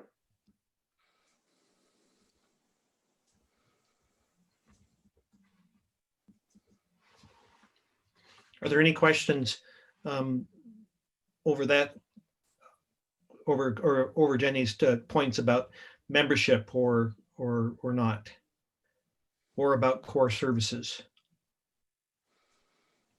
or about the role of the networking task force? Jenny, this is Connie again. I think that answered it completely. Saying a set of core services, it may benefit us to have that in the front with the promise, so people can get their heads around what it is. But I think that your point about having haves and have not is well taken. Thank you for that. Thanks. So then let me talk specifically about the role of the Network Advisory Council and some of the practical changes that I think we're talking about in order to really implement this changed service model. Right now, we have a very large representative Network Advisory Council. And to some degree, they look at these core services, but they don't in any kind of very deliberate manner. Instead, we have various executive committees and advisory councils that are responsible for setting policies for the Montana Shared Catalog and Montana Library to Go, and we've had a Montana Memory Project Advisory Council in the past. There's a content management committee for the Montana Shared Catalog. Other, what I would consider core services, don't have any kind of advisory expertise. It's much more ad hoc, with state library staff reaching out to the library community to seek feedback on various questions and needs. What I would anticipate seeing and would propose as an organizational model for these groups is that we have a smaller, leaner, more deliberate network advisory council whose responsibility is identifying these core services, helping us identify success measures for core services, think about what the true costs are to deliver these core services, help us think about questions like, how are these core services available to all Montanans? Who are the Montanans that are not served? How are we able to deliver these core services across different library types? And how might we do that more effectively? I anticipate us actually creating a job description for the Network Advisory Council that would include that kind of mission. And then understanding that how we measure success for these core services, while they should relate to one another, might have their own unique aspects, service delivery models, impact of future technology, different kinds of information needs that shift over time.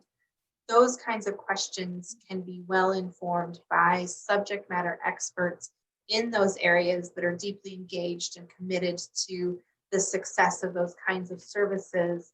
I would suggest organizing those librarians as subcommittees or task force as necessary to advise the Network Advisory Council, to help the Network Advisory Council meet the tasks that we ask of them to help advise on this overall set of core services.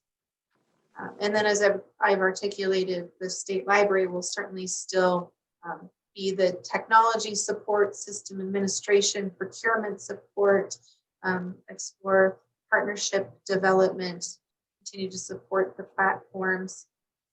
It's our job to continue to ask questions and to seek advice from these groups, to listen to what we're hearing from amongst the Montana Library community, and to elevate opportunities for us to continue to enhance and grow this concept of the Montana Library Network, and to think about what the future core services might be and what they might look like.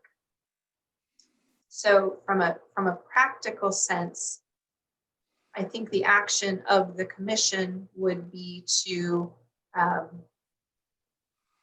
set forth the makeup and role of the Network Advisory Council, and to help direct staff on what those practical work needs of the Network Advisory Council might be, to make sure that the Network Advisory Council is properly advising the State Library and Commission on those questions of core services, funding, investment, the future of these kinds of services.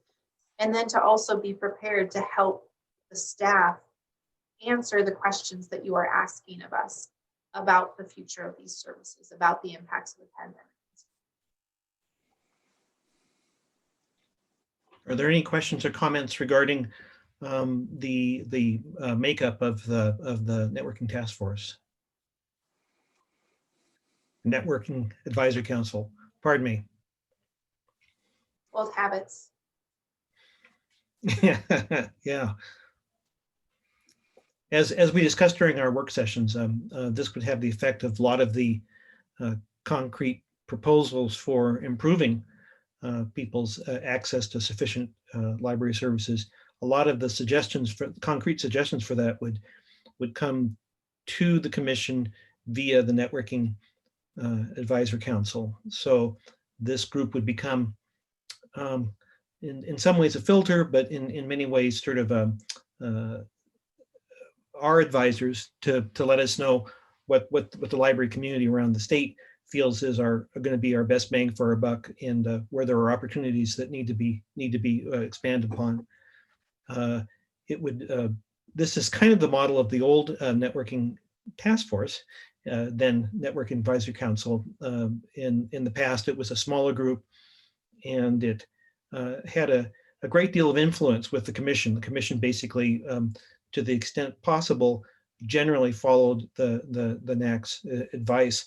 And I think because of that, and because of a very, very wide involvement of people advising the NAC in those days and the state library's outreach, I think that good things happened. If I understand, Jenny, the next steps for this are, unless there's some objection by a commissioner or commissioners, that this goes forward and we continue to discuss with people who have an interest in this and our partners, and eventually this might bloom sort of as a full-blown proposal. What, at the Library Association meeting? Do I have? Yeah, April. Do I have February the or timing? April? Yeah.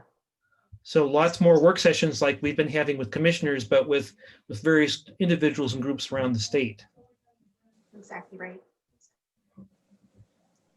And at some point, this will become an action item on our agenda. Do you have any idea what that might look like? I think the action initially would be to adopt this organizational model for the groups that advise the State Library and the State Library Commission.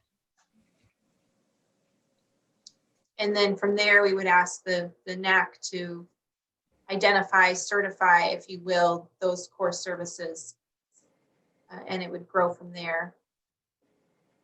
I wanted to address just a couple of more points. We have various cost share formulas where libraries contribute to the cost of some of the services that we're currently offering. My hope is that we can lean on the Network Advisory Council and our staff to address how we are sharing those costs, coming up with perhaps a fresh look at what those cost share formulas might be. Ideally, a single cost share formula. I don't know if that's completely achievable, but that's sort of the goal that we have. So that's some concrete work that's necessary from the Network Advisory Council, I hope in the relatively near future. And I think too, as we really hone in on what these services are, what the level of service that we're trying to offer and achieve, better information about advancements in technology and so forth, I think we can lean on the Network Advisory Council to help us understand true costs. And then it becomes the work of the State Library and the State Library Commission to seek ways to ensure that we're adequately funding these core services through legislative requests, through the work of the Trust for Montana Libraries and so forth. So future work as we advance this idea, but again, with an eye to how we're doing this holistically rather than in the current siloed service model. The ultimate measure of how it affects Montanans, all Montanans. Any questions or comments from non-commissioners, other people, guests who are participating in this meeting?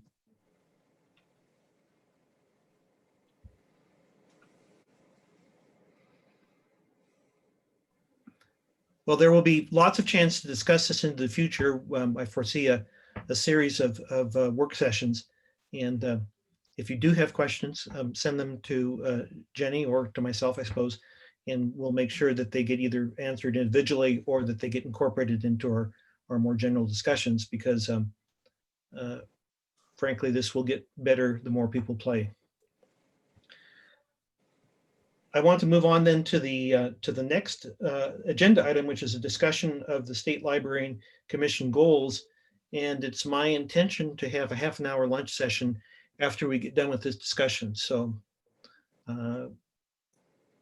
let me just give a short piece of history. If you recall correctly, We asked Jenny to, in executive session, to sort of evaluate the degree to which she was successful this last year. We took themes from that, and a small executive committee from the commission commented upon those. The commission as a whole has had a chance to kind of see those and reflect those back to Jenny.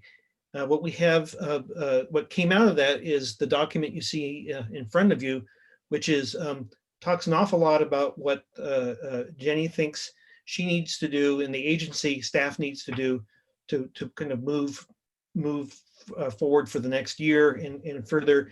But it has the interesting attribute, I think, of also forming the basis for the State Library Commission's kind of goals for this next year.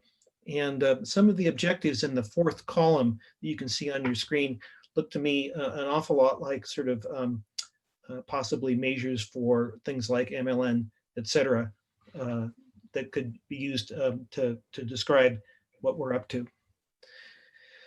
With that background, do you want to talk about your goals and then the agency goals and then what the commission needs to do to help make this all happen? You bet. So I hope that what I've prepared reflects your intent from our discussions in October. I've reviewed these goals with various staff as some of the goals pertain to their work as well.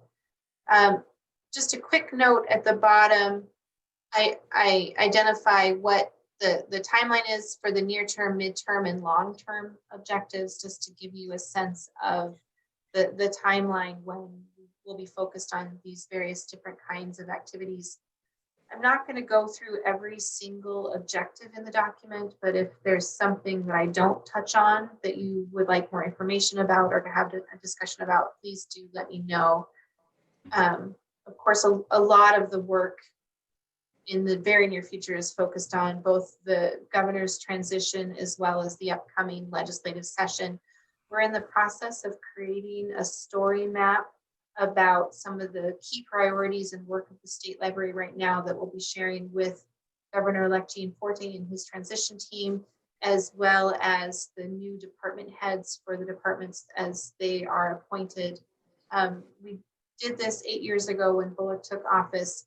Of course, we work very closely with agencies, and we hope it's useful for new directors coming into those agencies to have a sense of how the staff in their agencies are working with the State Library, where we have common interests, where we work on common projects and so forth. So that is a work in progress. We plan to have it finished by the end of the month, and I look forward to sharing it with you as well as with that transition team.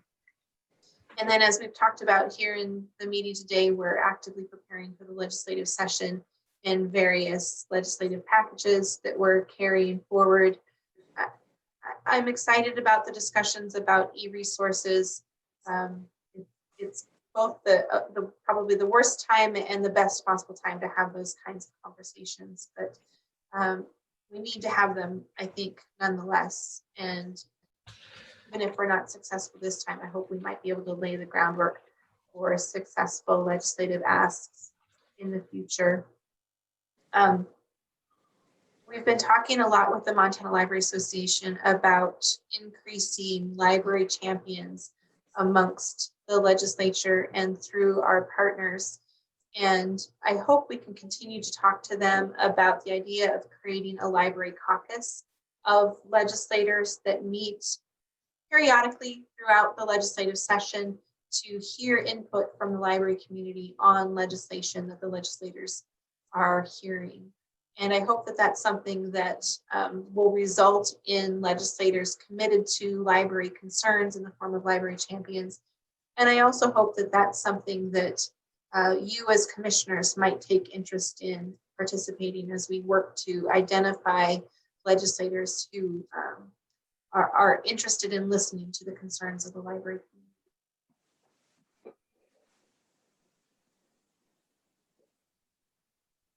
One other objective I wanted to highlight under Goal 1, securing sufficient resources, is Melissa's work to finalize the indirect cost rate for the State Library.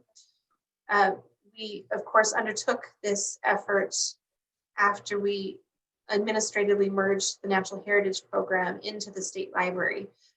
As you know, they receive a number of grants and contracts, particularly federal grants and contracts.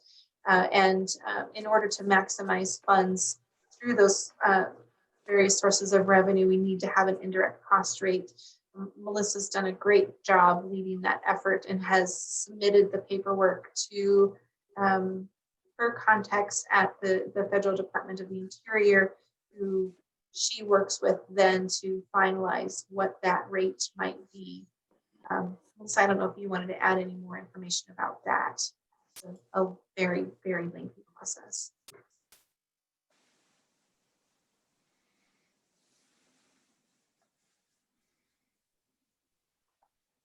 She may have dropped off. One final note about that, once the rate has been approved at the federal level, it does have to go through the legislature to be approved. So we don't anticipate that being completed until the end of the legislative session. And then the other long-term objective I wanted to highlight is the need to revitalize the partner mapping work that we undertook a year ago. It's hard to believe it's been a year, when the staff and a number of commissioners got together and we created a partner map and talked about prioritizing who our partners are, where we want to invest our time and resources in developing partners. And ultimately from there, we want to do more work within the agency to be more effective in engaging with partners, more collaborative across the agency to make sure that we're maximizing those partner relationships. We had intended to have a follow-up to that partner mapping exercise when we met at the Montana Library Association conference in April. And then of course, things have been put on hold as a result of the pandemic. This is an area that I think we need to begin to develop again. I think it, again, relates to that creating a robust stakeholder group and library champions, people who can advocate on behalf of libraries and the state library for funding, and really just make sure we're making efficient use of the resources that we have. And as representatives of Montana, again, I hope this is an area where the Commission will be involved in helping us identify and develop those kinds of partner relationships going forward.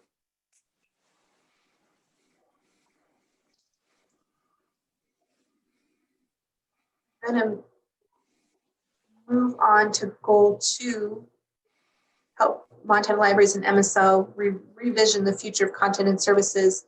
Yeah, I think our discussions about the Montana Library Network really address this goal. I hope you agree.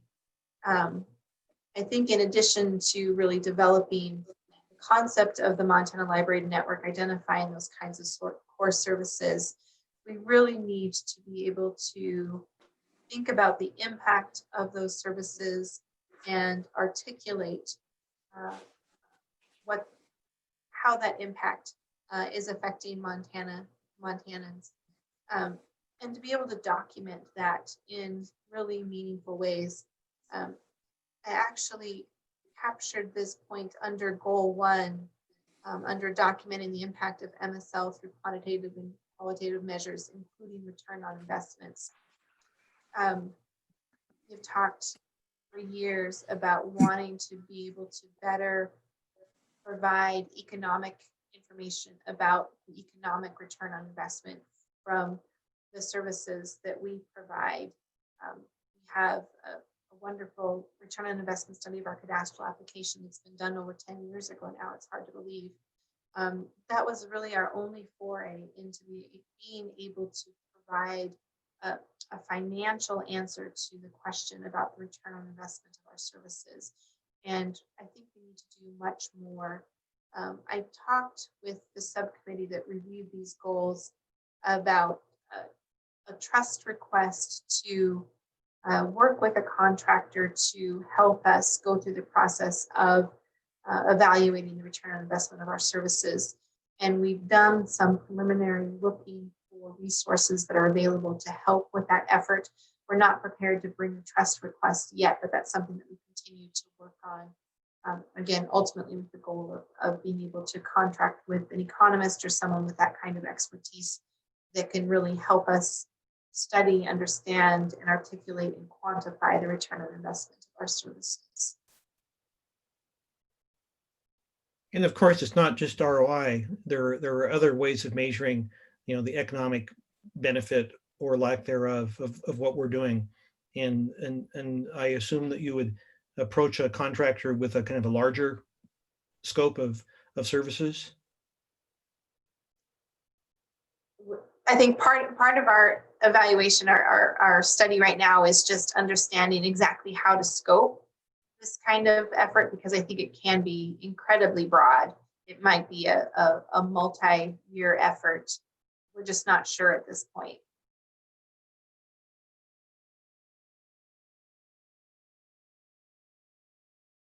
Do commissioners have questions for Jenny to this point? Jenny? Under Goal 3, reliable broadband, of course, you're familiar with the hotspot lending program that we've been supporting, and we just talked about the broadband study resolution moving forward. I'm excited to also be involved in a national broadband mapping effort. It's from the National Telecommunications Information Administration, NTIA, I forgot that acronym, right? They have created the National Broadband Availability Map, which includes federal and state data about available broadband, as well as data from the private sector. And states have to sign on as partners of the NBAM, it's called, in order to have access to the data, as well as to be able to contribute broadband data. And so in the last couple of months, the state library signed on as a partner with the NTIA to be the point agency in Montana for the NBAM. We have the ability to identify other users of the data. So in addition to our GIS analysts, we've included a GIS person from the Montana Telecommunications Association, as well as a few people from the Montana Economic Developers Association who also have interest in mapping broadband. And so we look forward to learning more about what this opportunity is going to mean for Montana to help us better understand the broadband landscape.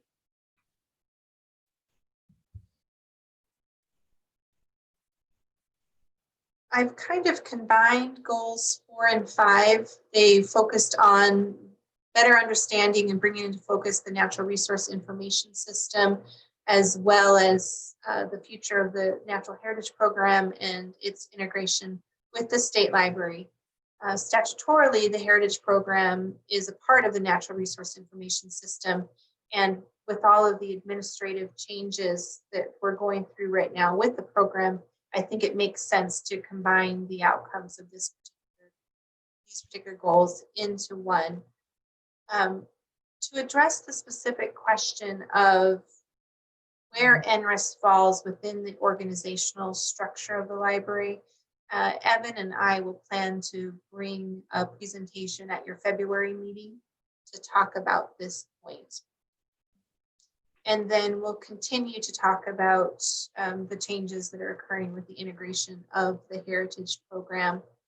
We really want to continue to promote the partnership that we've created with the Montana University system to other affiliate campuses. I reported in October that we've engaged with Montana State University, but we need to do more to continue to engage with the other affiliate campuses as well. And then there's some other questions that will come out of the legislative session, particularly as they relate to the original NRES Advisory Council, the pass-through agencies that provide funds to NRES, the new fixed cost appropriation that I talked about. I think coming out of the legislative session, if that kind of fixed cost proposal moves forward, we'll need to rethink what the NRES Advisory Council is, how it relates to those agencies that have to pay that fixed cost, as well as what it means to integrate the Heritage Partners group with the overall mission of NRES. So those are outstanding questions for us to continue to think about. And I think they fit well under the goal articulated in goals 4 and 5.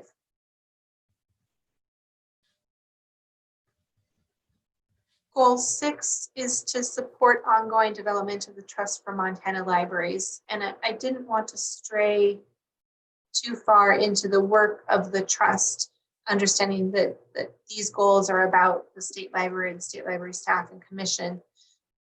The primary need and opportunity, I think, for the state library is to identify those kinds of opportunities that would benefit from financial investment. And the hotspot lending program was a good example. A year ago, we had envisioned that effort as a pilot with a single federation. We were going to focus on 15 libraries in the Pathfinder Federation to test the idea of a hotspot pilot to see if it was something that users would benefit from and that libraries would be interested in supporting. And we had submitted a letter of interest to the Steel Reese Foundation and ultimately applied for funding from them through the Trust for Montana Libraries. And when the pandemic hit, in working with the Trust and the Steel Reese Foundation, we were able to expand that request to support the broader statewide hotspot lending program that we've been focusing on for the past several months.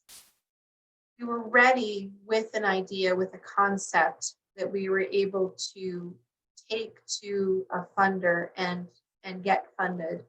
And those are the kinds of ideas, that's the kind of engagement that we anticipate having between the trust and the state library and the wider library community. We need to be mindful and thinking about opportunities that would be of interest to potential funders so that we can have the opportunity to support those requests through the trust, thereby growing the work of the trust, the capacity of the trust, opportunities for the trust to share those stories with potential funders in the future.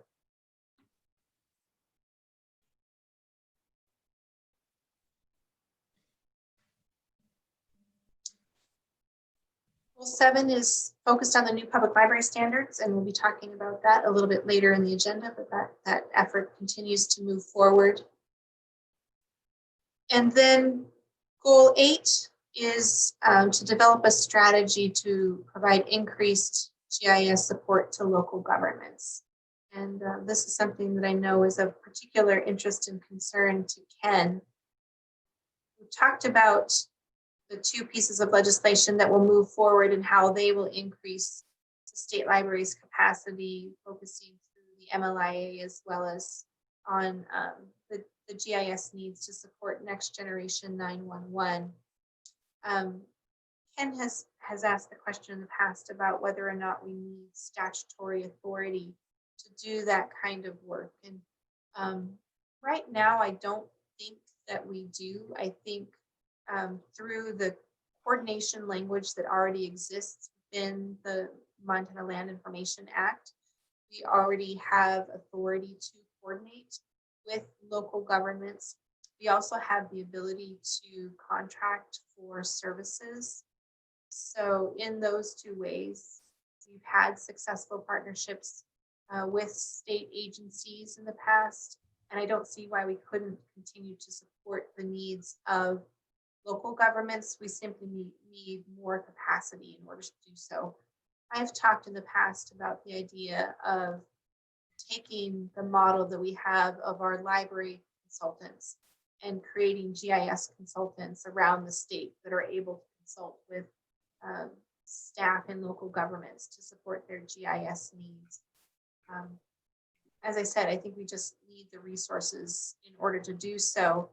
There's some opportunity for us with the increase in the recordation fee to think about it, whether or not that's a model we want to pursue or not in the future. And so those again become discussions for the State Library Commission to engage in as well. Seems like that's an opportunity perhaps to promulgate standards. Any questions from commissioners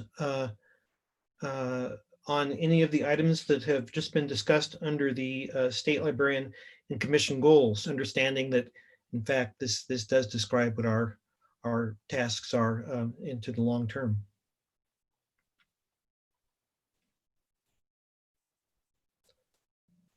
So I mean, I think these are all laudable goals. It's a lot of them. So Bruce, what is the long term?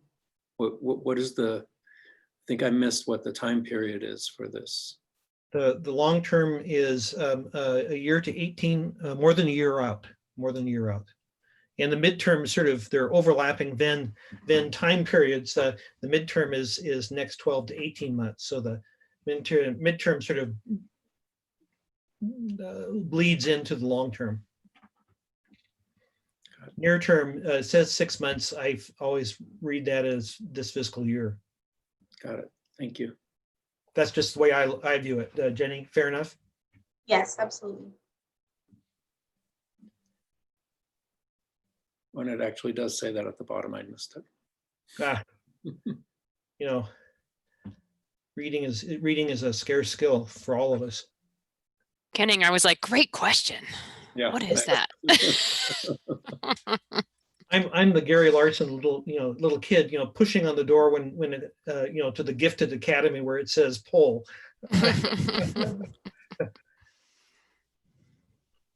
Any questions or comments?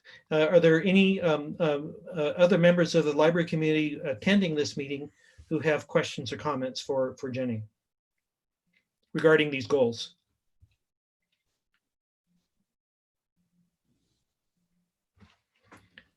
Hearing none, the clock on the clubhouse wall says 11:57. Everyone okay with going and catching a quick lunch and returning at 12:30? Anyone who cannot do that? Okay, well, I think Elsie had something in the chat. Right, I think Elsie Okay. won't join us until 1, so Okay. but she will rejoin us then, I believe.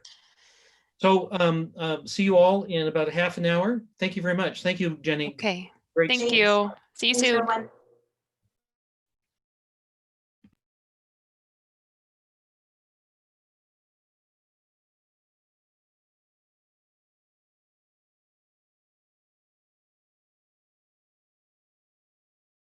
It was cool.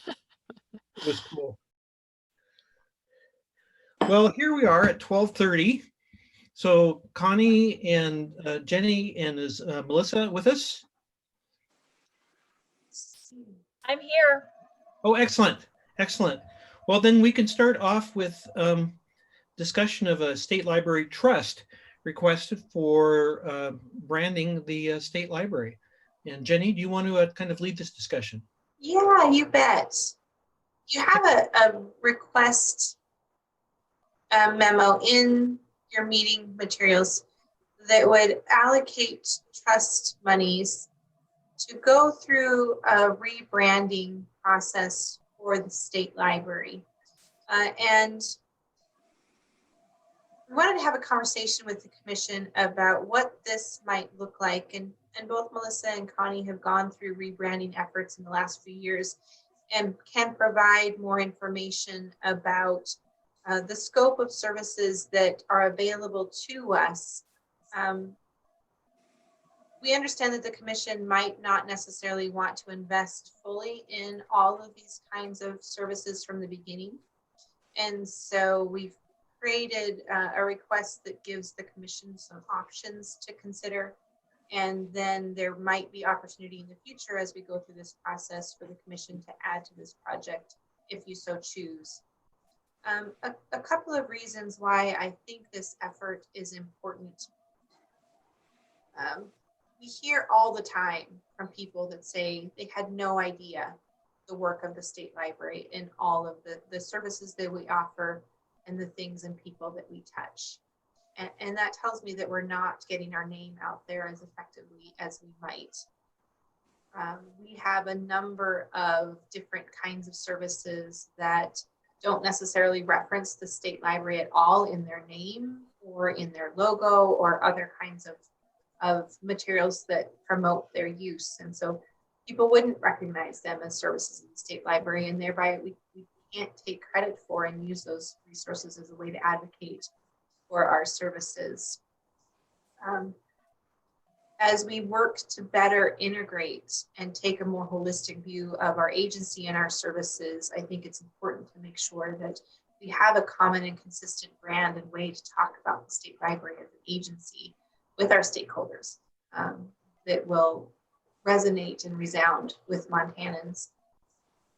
It was funny, after a commission meeting, the commission meeting in White Sulphur Springs a little over a year ago, when Nancy Hall from the budget office was there, she rode back to Helena with Melissa and me, and she said, "You guys need to rebrand. Nobody knows what the state library is. Nobody knows what the state library does." And then just as recently as this last week, as we were meeting with the designers that we're working with on the state library redesign, they had asked us about what we do, what we think our important services are, what we think people think our important services are and are not. And, you know, somewhere in the comments, we talked about the fact that we're not just about books. We're not all about books. And they pointed out the fact that our brand is a book.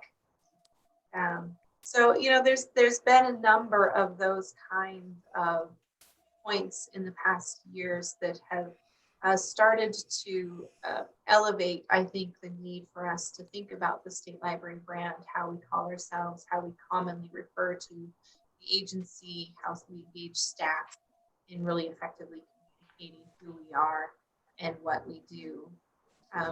I wanted Melissa and Connie both to talk a little bit about the processes that Imagine If Library went through and that Melissa went through when she was at the County Health Center.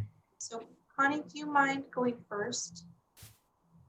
Absolutely. And I have a lot that I feel like I can go over, and I have something prepared, but is there anything you absolutely want me to make sure I cover from the commission folks I haven't talked to yet, like Dalton, Kenning, or Ken? Something just need to know. You've always wondered. Okay, well, interrupt me if you're like, that part's really good. Let's like get into that. I'd like to tell you some of like the lessons learned too. This is my I went through this whole process with Kim and the rest of the team, but this is my second year as director, and I'm seeing some things just I think are part of the national conversation right now. And the national conversation around libraries and other public services that I feel like knowing now, I would have done things a little bit differently. So we've learned a few things, but was it worth it? Absolutely. I would do it all again. I'm going to show you some images, but first I want to tell you why we did it. Some of the similar reasons that Jenny was talking about, but we had rapidly decreasing adult engagement in our programs. And in fact, we had in 2009 just stopped doing adult programs because even we had a youthful staff, we had, people who were energized just out of school. So it seems like we could come up with some creative way to do programs, but we were consistently getting about 10 adults to a program that was considered success. So we knew that there was just less and less engagement. And with such a tight budget, that return on investment is not high enough to focus on adult programming. So we're just kind of in limbo. There's this ongoing perception of the library as a beloved place, but also a punitive place. So some people did not want to bring their families in. And in fact, some of the success stories we've heard now, we have heard from several autistic families with someone who has autism saying, this is the only place I can come in and not feel judged coming in. So we wanted to kind of eliminate that stereotype of no and feeling judged. And Kim and I would always talk about at a dinner party, I want someone to come ask me about a program, not admit how much money they owed to the library. Like that was one of our measurements of success in the future. There's a public questioning about the relevance of libraries due to a lack of awareness. And so, and also not thinking it was for them anymore, people in the public, because how could we have possibly kept up with different types of learning or media or technology? Families are just kind of understanding this themselves. How could this naughty old beloved library system be up to date on that? And like Jenny's saying, always consistently surprising people and it still happens, but we now do have a reputation for innovative programming and innovative thought process and process that is like we're good project managers. That's another thing that's come out of it. Creative thinking and project management. Those are two things that people come to us and like, wow, you actually took good notes at that meeting. You know, the littlest things will surprise people, but now it's part of our brand is to be organized and well thought out too as leaders. There was some also internal conflict about the direction of the library and being unclear about what the vision objectives were. So we're part of a actually it was 5 building system. And even though we had a strategic plan, we didn't have an implementation plan or core values or anything like that. So in 2014, we changed our name to Imagine If Libraries, but the real change started happening in 2009 when we had a new strategic plan with an implementation plan. We worked on core values. We worked on understanding what it meant to be a 21st century library, the differences between people getting information from respected institutions versus informing with a leader in that institution, informing how they will get the information. It's much more participatory now. We've referenced the Aspen report quite a bit once it was published in 2014, changed to a roving customer service model, underwent this major lean library management process. So I feel like it's important to note because the branding had to happen with all of these internal processes that were also lined up. And it wasn't just a flashy new picture and color. It was very much an internal process that had to do with updating our service model and our staff development, everything. So the process itself cost us about $40,000. It was paid for by our foundation. It was I'd say like a 10-year process almost, but really it was a year-long process. We contracted a company called Ricochet Designs out of Denver. We did a bidding process. And they took us through this. We had a cross-functional team, shelvers, director, courier, everyone at the library to be part of this creative team. We went through kind of a marketing process that really started to understand our community in a different way. You could pick, it's typical now to pick archetypes that you will kind of design your brand around. We select, and if you know Carl Jung, it's kind of around that type of, there's the maiden, which is what libraries have been known for in the past, where it's like a Johnson & Johnson type thing. You will take care of people, but you wait for them to come to you and you're like, yes, I have everything to make you comfortable. We thought much more for our community. We are explorers. People here do want to be, although it is a conservative community, there are a lot of people here who want to see how far they can go. Really, if you think about people up in the mountains. We wanted to stay away from Lewis and Clark explorers, though. We wanted to go more like Jimi Hendrix explorers. We didn't want to go cliche, like we're going to have a compass and explorer, So some of the things we came up with were simple things, a staff manifesto that, that's one thing I would change. I wouldn't call it a manifesto ever again. I was just a library baby at that time, but it really energized the staff from the inside out because it said our reason for being, and it has statements like it's a launching pad for dreams, and we are just all this really beautiful poetic language where it got an applause from staff when it was read aloud. We came up with something called a criteria for success, which for every program and service, internal or external, that we designed, we made sure it met these 8 questions that we had designed to ask ourselves. Imagine If is now, although it was great before, creative, compassionate, and I think very much went from a no, like, no, you can't do this, to a yes philosophy, which is a pretty typical thing people want to do, but this gave us like the roadmap to be able to do it. I'm going to show you, Jenny, can I share the screen? Marlis, can you make Connie a host? I was trying earlier. I'm talking fast because I want to be respectful of your time, but if you need me to slow down, please let me know. It's a consistent feedback I get is how fast I talk. I'm noticing that given this proposed budget we're looking at doesn't have a lot of the staff process related things that you described. Doesn't have any funding of that. Is that something the staff could do on their own, do you think, Jenny, or do you see the body of work being a little bit different than what Connie described? Some of the work I think is I hope already being done by the staff. You'll note under the optional scope of work, the internal brand adoption support, which is really focused on the staff.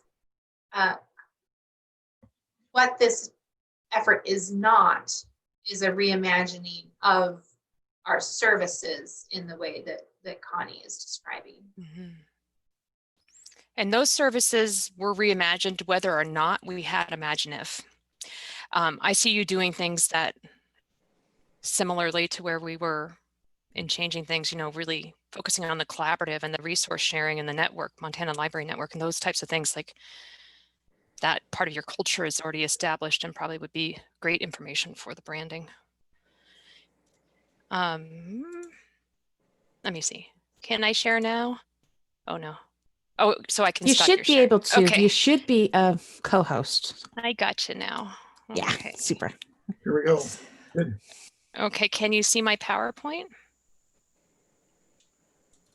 We're seeing draft text. Okay. You're getting to see all my plans. World domination, that's what my daughter says.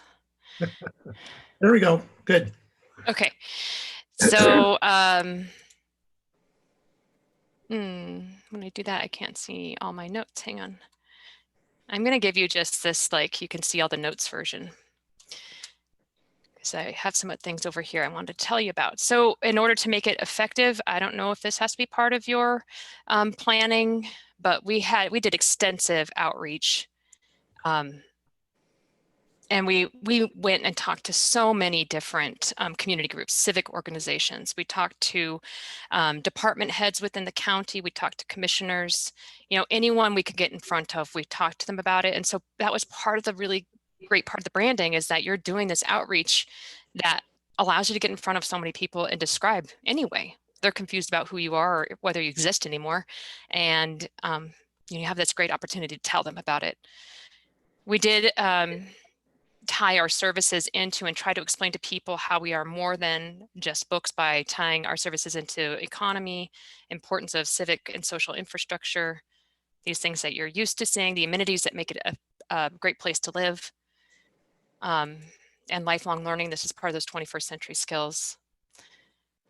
This is something I would have done differently, is to really, I'm learning now, is to really tie in Imagine If to the history of the community. By taking Flathead County out of Imagine If, we did lend ourselves to being misunderstood in a different way. That, is it privatized? Is this a privatized system? And when things get tough and people are questioning your legitimacy as a taxpayer paid for entity anyway, I think it's easier to make it seem like we're not legitimate if we don't actually have the name Flathead County in our life, it's that symbolic. It's just so symbolic. So I would definitely like tie it back in. And I've learned now too, to have that simple statement about your mission, no matter how many ways you can go with it, explaining who you are, how many tools you have, to always go back to, you know, our job is to create safe spaces so people can access information in Flathead County. It's always been that. And now we can do it in so many different ways that we understand. But I think for a conservative community like ours, and especially in the last couple of years where people have become so suspicious of each other, and it's just been such a volatile thing during the pandemic, that's the kind of thing that people really would like to know still and find that comfort in and lean into. So I would do that differently. It's part of the effort we're doing now, is to tie ourselves back into the mission, the original mission, and the history of our place. I was pregnant with this little one when we were doing the rebranding process. She's turning 7 in January. So I gave birth to her 2 days before we launched the actual brand. So Imagine If it's turning 7 soon. So we changed to all kinds of things. Participatory hands-on learning being the crux. And there's so much research out there saying that it makes learning stickier. So, you know, we tied it all back into literacy is still so important for us. We thought we didn't have to tell people that we still had books, but we do. I think it's something we overlooked. We thought, you know, once they just see how great it is, they'll come along. But there are some very influential people that we didn't pay enough attention to. So I would change that. You know, we originally had skepticism from the Daily Interlake, and a year later, it was rescinded with an entire like editorial that took out, and they're like, wow, we were wrong. We thought this was silly. Now we're wrong. So we did have we had great responses too. It's still the staff loyalty, the passion for the mission, the cohesion, all of those things really blossomed from this effort. And now it's just like, and is what we do. Even when we had to pivot and change to a pandemic response, we were like, well, how would this be an Imagine If response? It's how we talk about our services now. So I think about things that I would do differently, more specific active listening to let those key influencers know that I hear the concerns and that we're being fair and we'll keep listening. Here in our community, because, and I think it's like this in a lot of other places, there has been some bad press about the American Library Association. Maybe just taking things to conservative communities that those communities are not ready for. So by changing our name, we made it seem like we're part of this national thing that may bring that threat to our community too. So that's just like some PR work, I think, if you're considering doing this during, I don't know, we've heard this legislative session be described as tenuous, or it might be a weird or strange time. It would take you a while to do it anyway. It's just like when people are scared or threatened, it's a really hard change to go through, but important.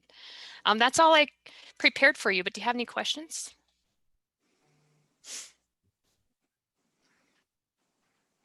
How was staff adoption of the new look? Let me take this down and stop sharing. For the most part, we had gone through some pretty difficult times while we were doing the culture changes, the 5 years before we ever launched our branding efforts. Those culture changes were too much for some people, and we did lose staff who didn't like the direction the library was going in. But by the time we got around to the branding, we had already gone through so much sea change that the staff were enthusiastic. And we did training in things like William Bridges managing transitions. So with every portion, try to have those 4 Ps where you're showing the picture, plan, purpose, part, like all managers, picture, plan, purpose, part, over and over. So I think we did a good job of bringing people along.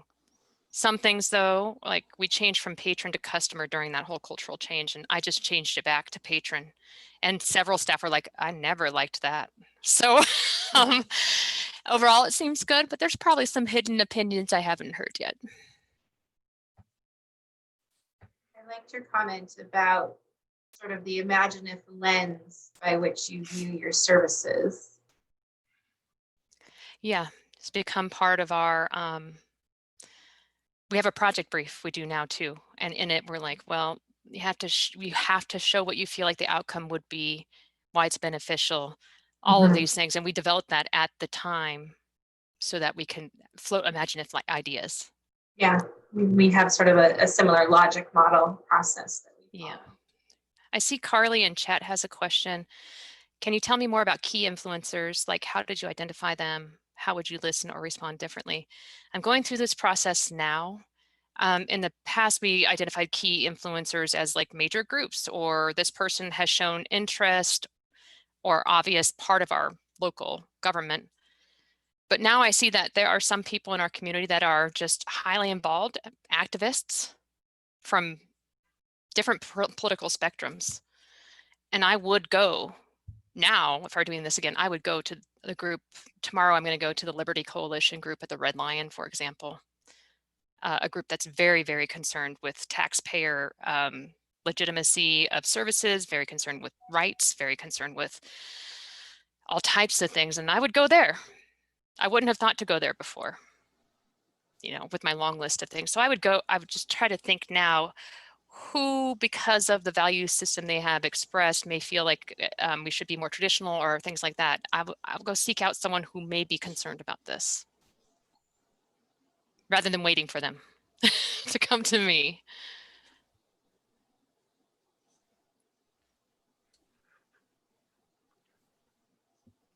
Jenny, were you going to have Melissa share some stuff about the health department? Help me. The county health. County health. County Health Center. Peer View. You know it as Peer View now. Yeah. So I feel like I'm going to echo a lot of what Connie said. It sounds like we had very similar experiences. that were very, very positive. So before I came to work at the state, I was the CFO for the Lewis and Clark Community Health Center, which is part of, well, was part of the county, but has since separated. When I came on board, it was a tumultuous time, which is kind of what I heard Connie say a little bit too. And also financially, there were lots of difficulties. And so while I wouldn't say that the library is having financial difficulties right now, we are certainly experiencing a lack of growth in our budget, I guess is fair to say. Even if we were continuing the same types of services that we were 20 years ago, we haven't seen inflation follow in our budget accordingly. And so on top of that, we have also significantly changed the types of services that we provide, and they are more costly. And so I just wanted to point that out, that we don't, we're not having to lay off people right now, but we're certainly not able to grow and support the agency in the way that we need to. And so I feel like that has a lot to do with what people think about our agency. If it's right or wrong, whatever they think, I think that has something to do with people's willingness to support more funding going to the library. So anyway, at the community health center, we were having those sorts of similar experiences, and it was a lot of work to get support in the beginning from the board and the county commissioners and the public and the staff as well, just because change is really hard. And we were also in a financially difficult position. So spending this type of money out of what little savings we had left was a big lift. But we were able to do that. And so ultimately, I'm not, if you all are from the Helena area or familiar, you'll probably have seen the PureView brand and billboards. There's even commercials and radio ads. I have seen flyers in bathroom stalls. So it was ultimately an extremely successful project that has, I would argue, completely turned around the financial viability of that organization. I'm still in contact with the director and the CFO that are there currently, and they have continued to put money into the money with this, into this firm who is doing their advertising and keeping up the branding, because they have found it to be so helpful. And since when I was there, we had 1.5 locations opened, barely hanging on with that second one. And since then, they have fully expanded that location, and they've added another in East Helena, and now they're currently building another location in downtown Helena. So I just can't say enough for about the success of the rebranding effort. So I just wanted to talk a little bit about the process that we went through. I had never been through anything like this before, and we went through the RFP process, but ended up going with a firm from Bozeman, who is incredibly impressive. I would even say remarkable. The staff is so helpful and so supportive, and they were there for us through every question that we had. I sort of likened it to a scientific approach. At first, I wouldn't have ever thought, I think, okay, they're going to ask us some questions and come up with an image that represents the organization and figure out how to get it and how to distribute it to the community. But that couldn't have been farther from the truth. It was truly a scientific approach, and it was well documented, and it was incredibly thorough. It involved getting to know our organization intimately. I would say they met with all of our staff individually. They met with our board individually. They met with different groups, subsets within the organization. There were group discussions. They worked with all stakeholders that had anything to do with the organization, pro the organization, against the organization. They worked extensively with our customers. They had focus groups with the public to find out start out, like, what's our baseline? What is the brand recognition? And so what I really, if I could sort of summarize that whole process, it feels to me like they found the disconnect between what the staff, what the intention of the organization is, and compared that to what people actually think the intention of the organization is, that being staff, customers, the public, all those people. So they found out what the true disconnect was and figured out a way to get from one place to the other. And so I just can't say enough about when you truly dig into what the real issues are, and then them being able to summarize that and come up with a solution with an image and a brand, and figuring out how to communicate that with the community and the people that need to know that. I mean, it was a really impressive process, and I think about it often, and I'm still so pleased to see the progress that's being made, even as I drive around town now, just looking at billboards and looking at it from an outsider's perspective. So I can't say enough about how great it was. It was very costly, but it ended up just being an upfront cost that paid off 20-fold. Afterwards. There was lots of pushback within the staff, and the board even was very apprehensive. But I would say also that now everybody is very supportive, and that's part of the process that this company went through, was getting everybody on board, because you have to all be on board for it to be a success. So they also played a role in gaining consensus. I think that's all I have to add. I don't want to take too much time, but I'm happy to answer questions. It was a fun process to go through, honestly. While Jenny changes the screen to the proposed costs, what the ask would be, do any of the commissioners have questions for either Melissa, Connie, or for Jenny? Just wanted to add that the costs you have in the memo are based on the costs from the scope of work from the county health centers scope of work. That's what we use to inform where these costs came from. I think after listening to both Melissa and Connie again talk about their efforts, while we have the internal brand adoption support as optional, I might recommend that something like that be added to the mandatory scope of work. So, commissioners, this is an action item.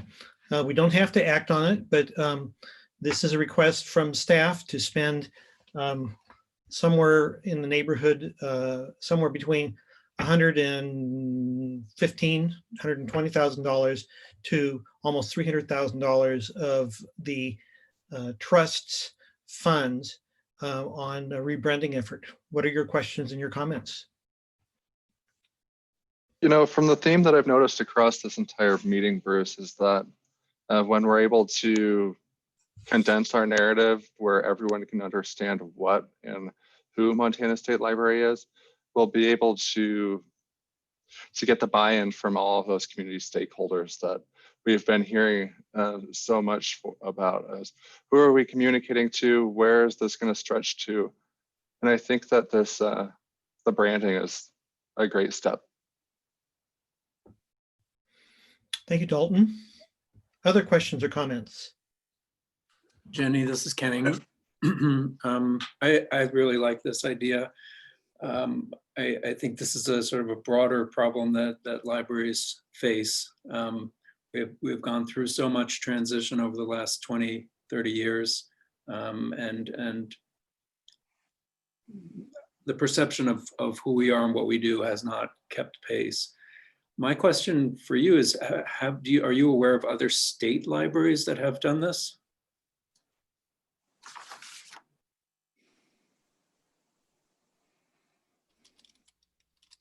Getting off the top of my head, I'm not. Years ago, Maryland did the Sailor thing. The what? It is called Sailor. They packaged a lot of their statewide stuff in sort of the front of the sort of the public face of the library to something they call Sailor, which is not quite the same, but it was sort of a major. It like Connie described, didn't wasn't a brand that was instantly tied to libraries. It was tied to access. Just a quick little search tells me that the State Library of North Carolina did it in 2009. And I just see a few more. State Library of Iowa. I mean, I don't know at all if these would be good examples for you, but it seems like something that state libraries are doing as well. And we have a question from Kara. Will this include branding for end user programs where we might need an update? Jenny, do you want to try that one?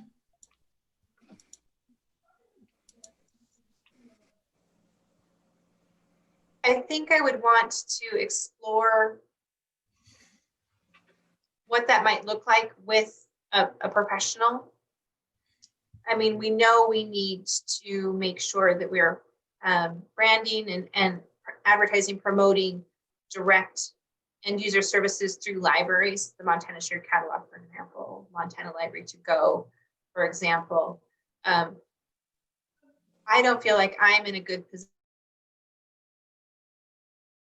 whether or not the state library's brand should influence how we communicate about those services or not. I would want advice from a professional on whether or not that's appropriate or whether or not those are brands that should in fact stand on their own or be tied to a Montana Library Network brand or something like that.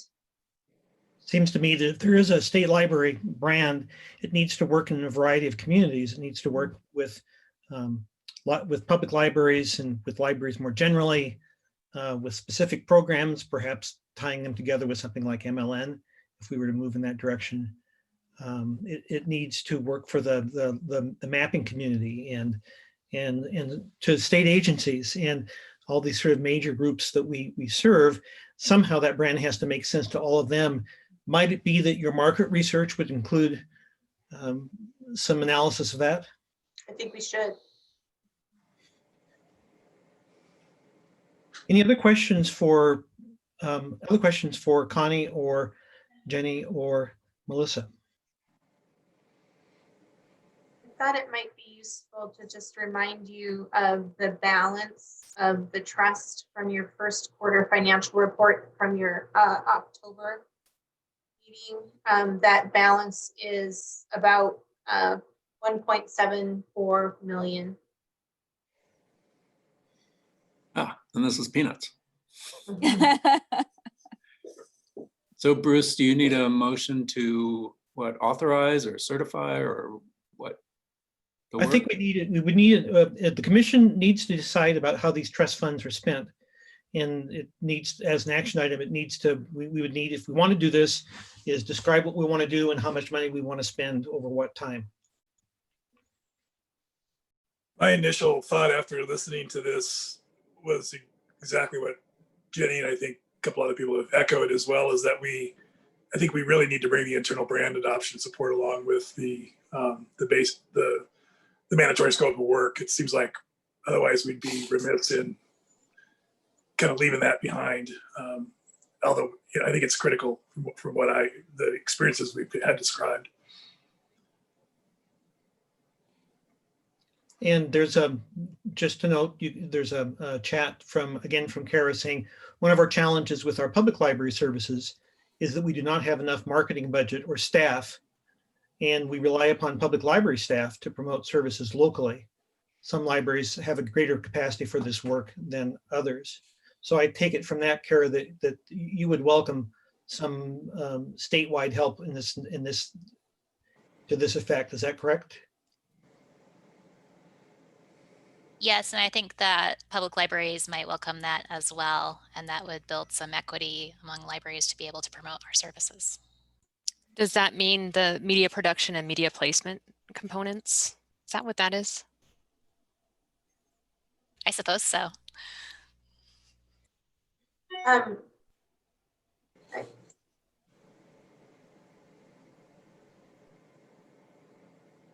I want to be really careful to make sure that we're distinguishing between this is where, you know, why we need expertise, because I think this is certainly outside my scope, but we're talking about who the state library is as an organization and what we support. And some of those things that we support are the direct user services that Kara's talking about. And she's exactly right. Libraries don't have the resources to market these services to their patrons, like the e-resources that we're talking about. This funding request is about our agency. I think there's opportunity for us to think about how we market those direct patron services that are through libraries. I want to distinguish those from the direct patron services that the state library offers, of course. I wonder if in this process we could engage with a contractor to understand what additional work might be involved to promote and create marketing materials for those additional services, and if necessary, bring an additional request to the commission. I don't want to short ourselves on funding for the agency, although I completely agree with Kara that there's a need for and benefit from it. Well, let me do just a quick sort of a straw poll of the commission. Do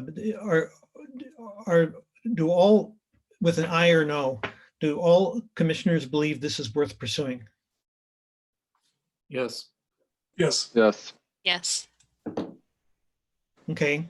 And Jenny, do you need the commission to act on this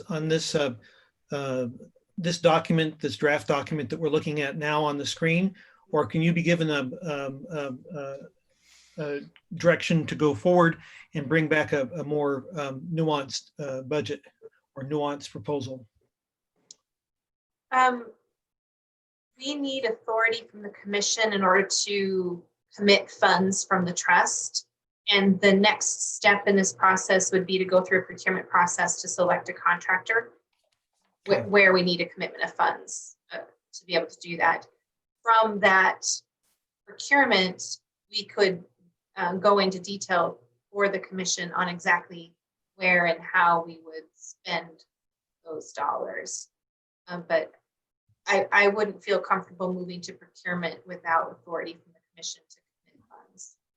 So if the commission were to approve an expenditure of, let's say, $120,000 from the trust, with instructions to go forward and with the understanding that you'd be getting back to us to take and ask for more money to do phase 2 of this project, would that be sufficient to what you need to accomplish?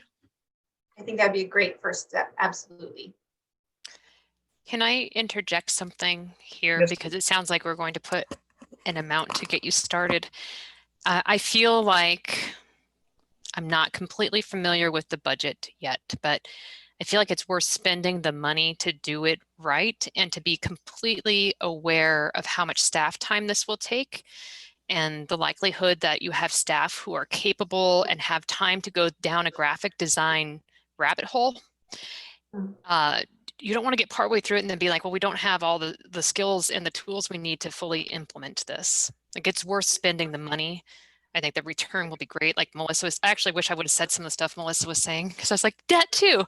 But it's just something you want to go all the way with someone and not rely too heavily on staff to create these products for you when you're going to be doing all your other workload still. So Connie, not to put you on the spot, but putting you on the spot, can you convert that to a motion, or do we convert that to a motion? I could try. I move to approve the proposal to seek out a contract for rebranding. And the contract may be up to the total of $292,500. I'll second. Is there discussion regarding this proposal?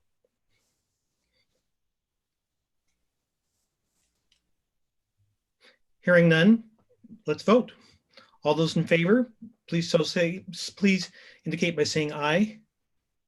Aye. Aye. Aye. All opposed, nay. Any abstentions? So it sounds like it passed unanimously.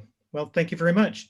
And thank you, Melissa, and thank you, Connie, for helping us with this discussion of stuff, which to me at least is obviously critically important, but I understand it not. So thank you again. It's great to have people who have been here before. My pleasure. I want to suggest Melissa will be leading this effort with my support, as well as John's support on the procurement process. We haven't yet gone through the process of thinking about a committee or other group that will be primarily working with Melissa to lead this effort, but I believe it would be beneficial to have at least a commissioner or two involved in the process, including evaluating the scope of work before it goes out for the RFP, and perhaps being involved in the review of proposals from vendors and so forth. So I don't need an answer today, but Bruce, maybe be thinking about appointing a commissioner or two to be involved in that process. So that sounds like a great idea. If people are interested, would they just drop me a short email saying I'm interested? And we'll help Jenny and staff work on this. Well, good. Okay. Well, the next item in our agenda is a discussion of the public library standards, and that there's an action to this, basically moving the sort of the timetable, the schedule of this forward if we think it's good, it's where we want it, otherwise not. And again, Jenny and Tracy can help us come to a decision about that. I think what you have in your materials is something that's largely reimagined from where we were back in February when we presented draft public library standards to you at that time. And then you'll recall we put that process on hold in June as a result of the pandemic. And we picked up the work again this fall, working with the task force that's advising the state library on modernizing the public library standards that we have. I'm really excited about the direction that the standards themselves are going. I'm going to ask Tracy to provide a little bit more feedback about where they're going in just a minute. I just wanted to take a moment to remind the commission of the process that we're going through. As Bruce said, this is a revision to the timeline. The action that we're asking for today is that the commission accept the draft of the standards so that we may begin our public comment process, openly discussing these as draft standards to move forward. Based on the process that we would go through, we would anticipate bringing those comments and future revisions to you at subsequent meetings. And then at that point in time, ask the commission to adopt the standards as draft administrative rules, which, as a reminder, opens up a second public comment period. So we're at the beginning of the first of two public comment periods for this process. And you have that timeline laid out in your memo. We would go through that administrative rules process in April and June, and would, if we stick to this timeline, ask the commission to formally adopt the revised standards at your June.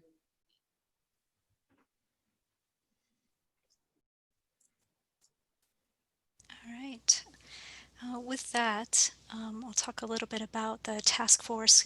What they wanted after they met in the fall was they wanted the essential standards to reflect some of the feedback that they had received from public libraries in particular.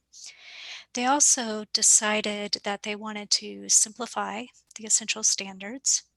They wanted the essential standards to really reflect core services and, I guess, core needs of libraries. They wanted them to improve libraries over the current set of public library standards.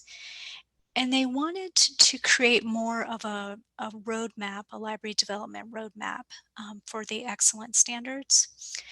So your original draft, of course, had essential and excellent standards, and our proposal was to put those into administrative rules. What the task force is wanting to do now is simply have only the essential standards in administrative rules, and then have one standard that asks libraries to look at that roadmap. And they wanted the roadmap that you have in your packet to be a dynamic document, and they wanted it to reflect excellence in individual libraries, and they wanted to have a collaborative component or a cooperative component. And that is what you see reflected here. The idea being that state library staff in particular, and I suspect a little bit of whatever you decide to do with the Network Advisory Council, would be helping libraries reach these excellent and cooperative standards. And the idea behind this is, I think, to meet libraries where they're at. And we didn't want the library development tool to be punitive. We wanted it to be something for libraries to strive for. And so that's kind of what you see in your packet, is a set of simpler but still pushing for some improvement essential standards, and then a roadmap that's designed to really think about library development at the individual library level and at a regional and statewide level as well. So with that, do you have any questions for me, or Bruce, as a member of that task force, do you want to add anything to that? No, you did a fine job.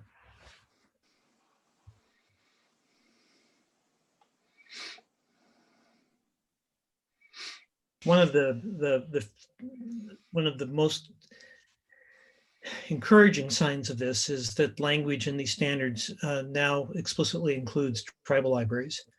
And I think that is great, and promises good things going forward. Are commissioners ready to vote on this?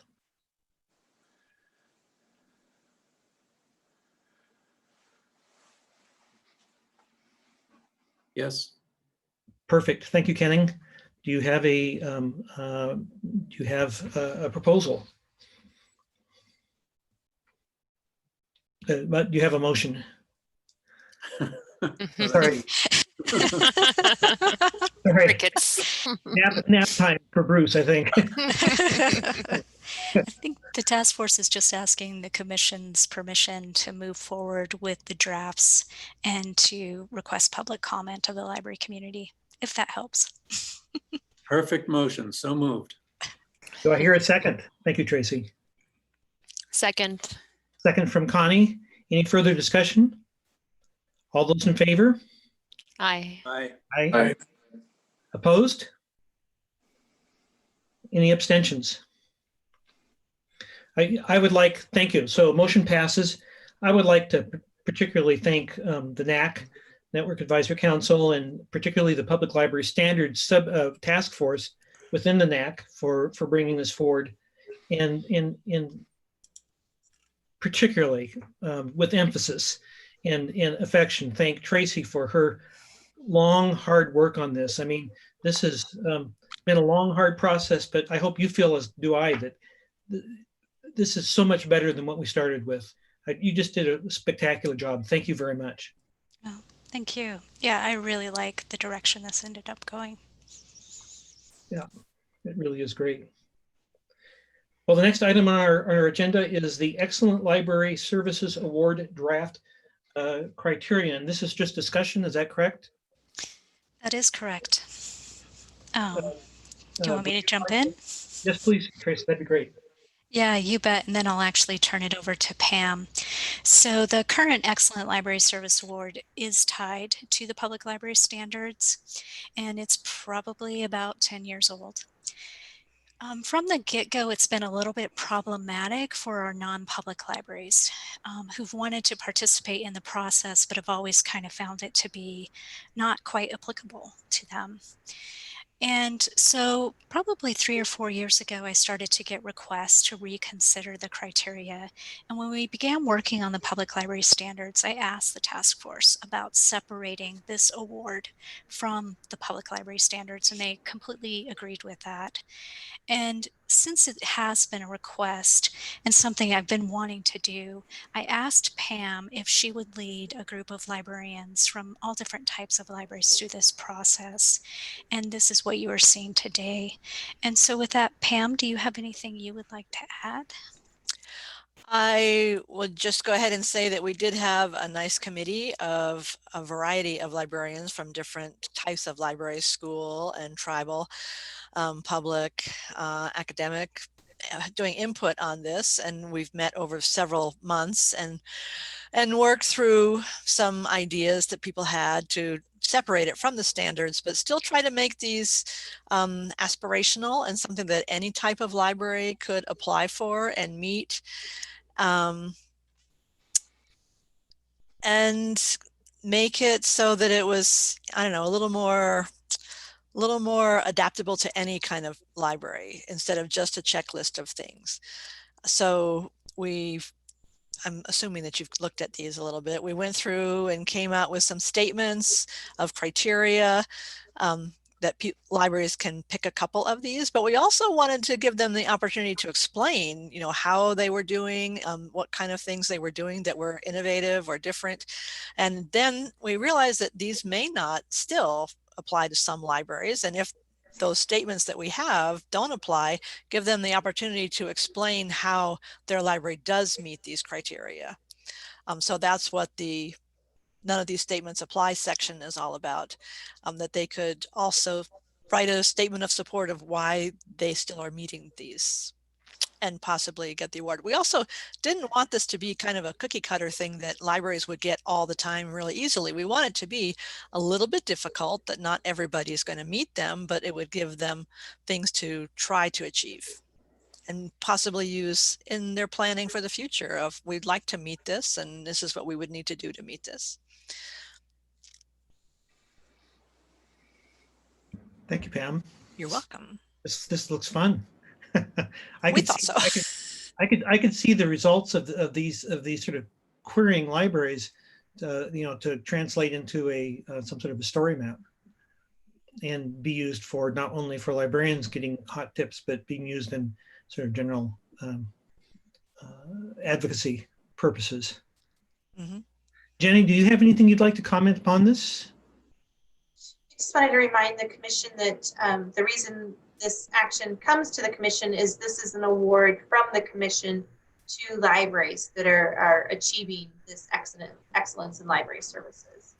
So I appreciate Tracy and Pam leading this effort. Again, this is materials provided for you as draft, and we'll ask for action in February. And in between now and then, if you have comments or suggestions, please let us know.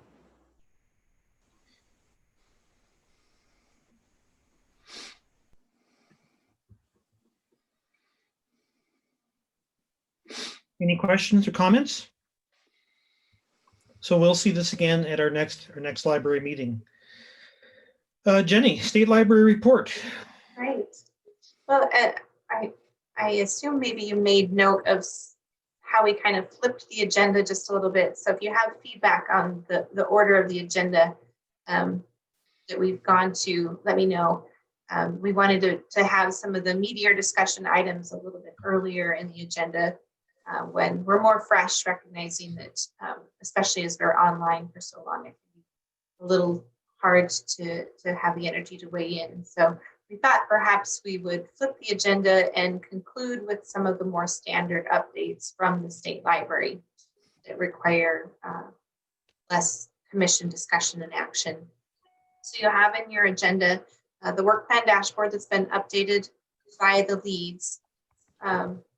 Moving into just some of the other discussion topics, we have reached out to members of Governor-elect Gianforte's transition team. We've had some initial communication, but not a lot of direct engagement at this point. We're, of course, closely monitoring the news about who he's hiring into various positions and await information about who he might hire as an education policy advisor and natural resource policy advisor, because those are important positions that we work with, as well as different department heads at different agencies, working, of course, with the governor's office of budget and program planning. I mentioned to you the transition story map that we're creating to communicate the services that we offer, and we've offered services to the transition team in terms of the data and information resources that we make available. So I hope that those will create good positive opportunities for us to engage with the new executive. Please do stop me at any time if you have questions about anything. I'm excited to talk about a new effort that the State Library is undertaking. We're calling it our Community Hub effort. And this is an idea that it's been on the back burner probably since we went through our strategic planning process when we talked about creating this useful information infrastructure. The nugget of the idea was there.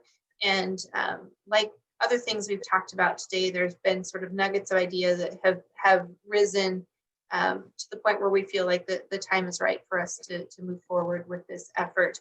We've talked about, for example, in the past, a desire to encourage and support libraries who are interested to see themselves more as government information centers in their communities, and to create a model that libraries could adopt for providing more ready access to government information from their local governments, as well as state government information and information that we have in our collections that pertain to those local jurisdictions. And we think if that information is organized well, succinctly, and in ways that really address users' information needs, that would be a useful model for public libraries to adopt. We've also, of course, talked about the greater need for us to continue to integrate the data and information in our collections so that we have bridges that move beyond the current data structures that create silos for our various information collections, from our GIS and natural heritage collections to our state government information, to the Montana Memory Project, to our ebooks and e-resources, to our talking book collections, and so forth. So the idea behind this community hub, it's somewhat modeled on our legislative snapshot, if you've seen those in the past, where we organize our information by topics that we think are of relevance to legislatures and other users, and provide useful and meaningful information around those topics to answer information questions. Staff have spent the last 3 or 4 months thinking about what those topics might be and what information resources we have to support information inquiry in those topic areas. As you know, we have one-time only monies from the 2019 legislature that need to be spent by the end of June. So we're going to be hiring just a contract reference librarian who will be responsible for organizing information around topical areas that we're referring to as this community hub. And then our hope is that we can do some demonstrations with an interested library or two to understand what it might look like to roll something like this out as a government information center or community hub model in a public library. The technology that we've decided to use initially to roll out the community hub is what's called a LibGuide. And those of you who work in libraries are probably familiar with LibGuides that are used to organize kind of ready reference or subject guides around different kinds of topics. It's a technology that has a relatively low barrier to access, and so something where we can launch something relatively quickly, and we hope the technology would be easy for other libraries to adopt.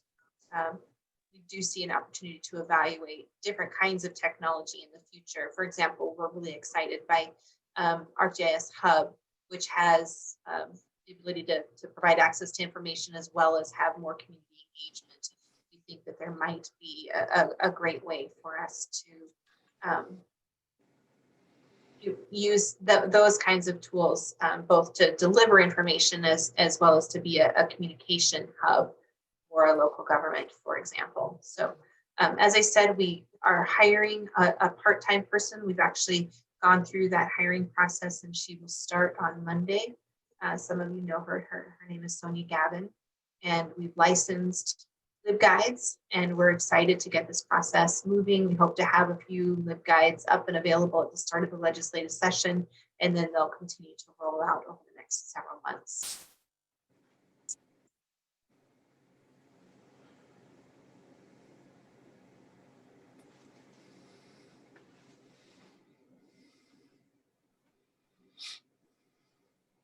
Talked a little bit about the Heritage Program over the course of the meeting. I mentioned Melissa's work in finalizing the indirect cost rate proposal that's moved forward.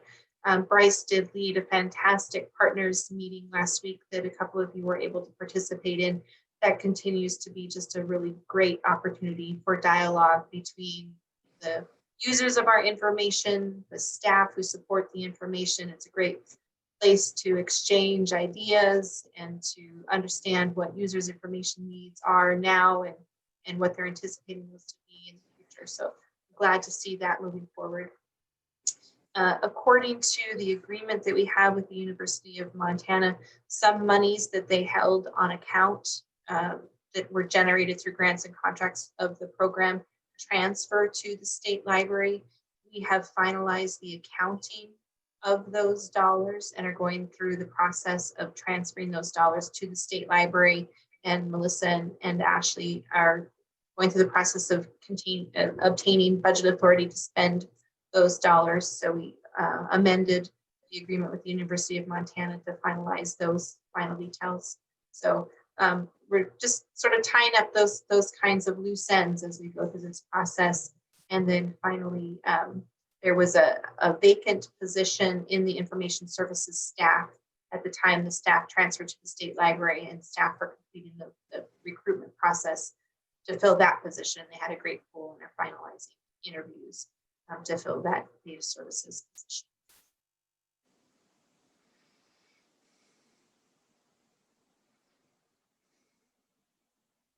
Just a brief COVID-19 update. We continue to host our community practice of libraries on a bi-weekly basis. Libraries coming together to talk about what their needs are, what their concerns are.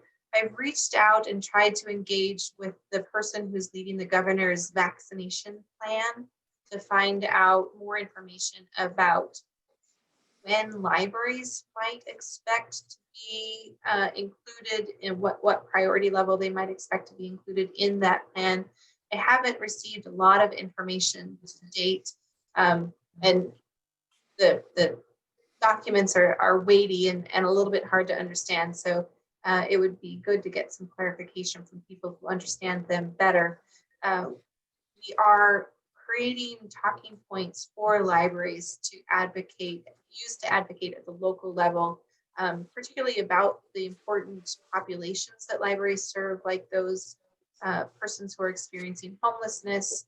Libraries work to support education and outreach, economic development, telemedicine, and so forth, as well as just the sheer number of people who visit libraries on a regular basis. So we know that those kind of conversations are ongoing, but that's a point of question and a point of concern, I know, for a lot of libraries as we move into this next stage of the pandemic. I also wanted to mention that The governor's office did give the state library an additional $250,000 of the COVID relief funds. Those dollars have to be spent by the end of December. That's in addition to the $500,000 in gear funds that we've received. And as we talked about earlier, the need for e-resources is great. And so that's where we're targeting those dollars. We made the ask of the governor's office with the intent of being able to put some more money towards online e-resources. Kara is working hard with the libraries to support Montana Library to Go, as well as school libraries. And she's also working with Pamela Benjamin from Trails. So our intent is to sort of split that money 3 ways to support public, school, and academic libraries. Again, those dollars have to be spent by the end of this month. So pretty rapid turnaround to identify and procure those resources. Jenny, do we have an idea about the number of libraries that had to close down for some period of time due to the COVID virus? Yes, we have a lot of great data. Lovely. Yeah. Hey, I don't, is Jessica still on the, I don't know if Jessica's with us or not. If Jenny, if it's awkward now, maybe just be curious to get an idea, perhaps categorized if that's possible, about the change in sort of the physical presence of libraries to Montana since last March or April. Yeah, I might ask Tracy if you would put a link in the chat to our library status dashboard. So, well, Can I ask a question as well? Yeah. With regard to the using the CARES money for the online resources, that's going to be one time money, right? So are you purchasing online resources, or are you subscribing? These would be a one-time purchase. So you will own them. I think it depends on the kind of material and the license. So for example, one of the questions that we're wrestling with is, should we invest in a suite of online magazines, which would require a subscription, knowing we can't support it ongoing? Right. So some libraries, and Kara's done a great job of reaching out and trying to get feedback from libraries about whether or not that's a good investment, whether or not that puts them in a difficult position. And we sort of had libraries 50-50 split. So those are the kinds of questions that we're wrestling with. Thank you.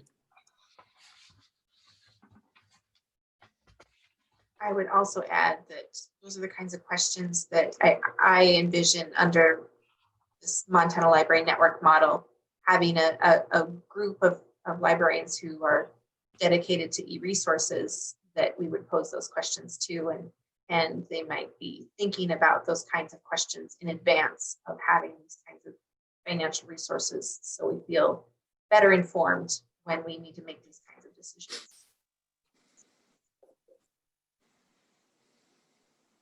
So Bruce, I asked Tracy to drop a dashboard in the chat that it's where we've tracked whether libraries are opened or closed, the different kinds of services they're offering during the pandemic. Libraries are updating this data, I want to say weekly, but I could be wrong about that. Anyway, the libraries have been fantastic about sharing up-to-date information about their status as they've been closed and open and closed again and open again. We have a lot of that great information. Well, thank you very much. I'll check that out. Huge kudos to our staff and to the libraries for making this really important information available. I'd just add that there's also a direct link to that right on our homepage. Yeah, exactly. Big red banner. So, fall workshops? Joe's with us today, and Joe shared a report with me yesterday. We'll make sure it's available in your meeting materials, and we'll email it out to you. Marlis is sharing it on the screen there. But we did complete our fall workshops in a completely virtual format this last month, and I just wanted Joe to have a chance to share some of the insights and outcomes from that event. Thank you, Jenny. I wanted to just let you know that we had on our list of things to do in the not too distant future last January to plan a virtual conference someday, and had kind of lifted it off our plan for the year, but then COVID, so it got put back on. And anyway, it was a very interesting experience. I have to say we actually met our targeted metrics for this event and learned a lot of things along the way. Our goal for the fall workshops this year was to directly address the Fair Library Access Resolution of your commission. And secondarily, and probably just as important, is to help our libraries comply with public library standards, help them tell their story. And we wanted to look for opportunities to follow up to the Ripple training that we did a year ago in October of 2019. And then after COVID, we added a real important outcome, which was to help libraries cope and adjust with COVID impacts. Our timeline got moved around a little bit. Once it was clear that we were not going to be able to hold the face-to-face training that we had originally planned to do in September in Lewistown. We switched to virtual. We made that decision in June last year, and actually a little before June, but firmly made it in June.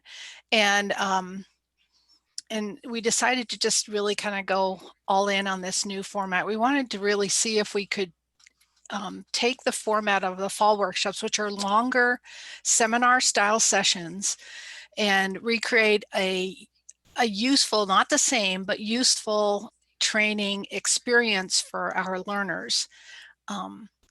You might be interested, or you might not know, that our target audience for fall workshops is our smallest rural public libraries who simply don't have a lot of training funds and can't afford to go to regional trainings. And we also are trying very hard to differentiate from the training activities that are presented by other providers in our state, specifically the Montana Library Association. We don't want to compete with their training activities or distract from the work that they're doing. We want to offer something different. So these longer seminar style trainings have always been that. So we actually did set this up to encourage people to attend live and to plan on being engaged for a 3-hour online session, which is kind of challenging. And we all set out, all the staff attended online conferences ourselves. Quite a few of us went to the Association for Rural and Small Libraries conference as a way for us to kind of orient ourselves to how this work is done. And I have to say, we were very successful. One of the best metrics, the one I'm actually kind of blown over and surprised by, is the fact that we had almost no no-shows. People who registered for the event actually logged in live. Of course, I don't know that they stayed at their computer all 3 hours, but there seemed to be a really high level of engagement at our sessions.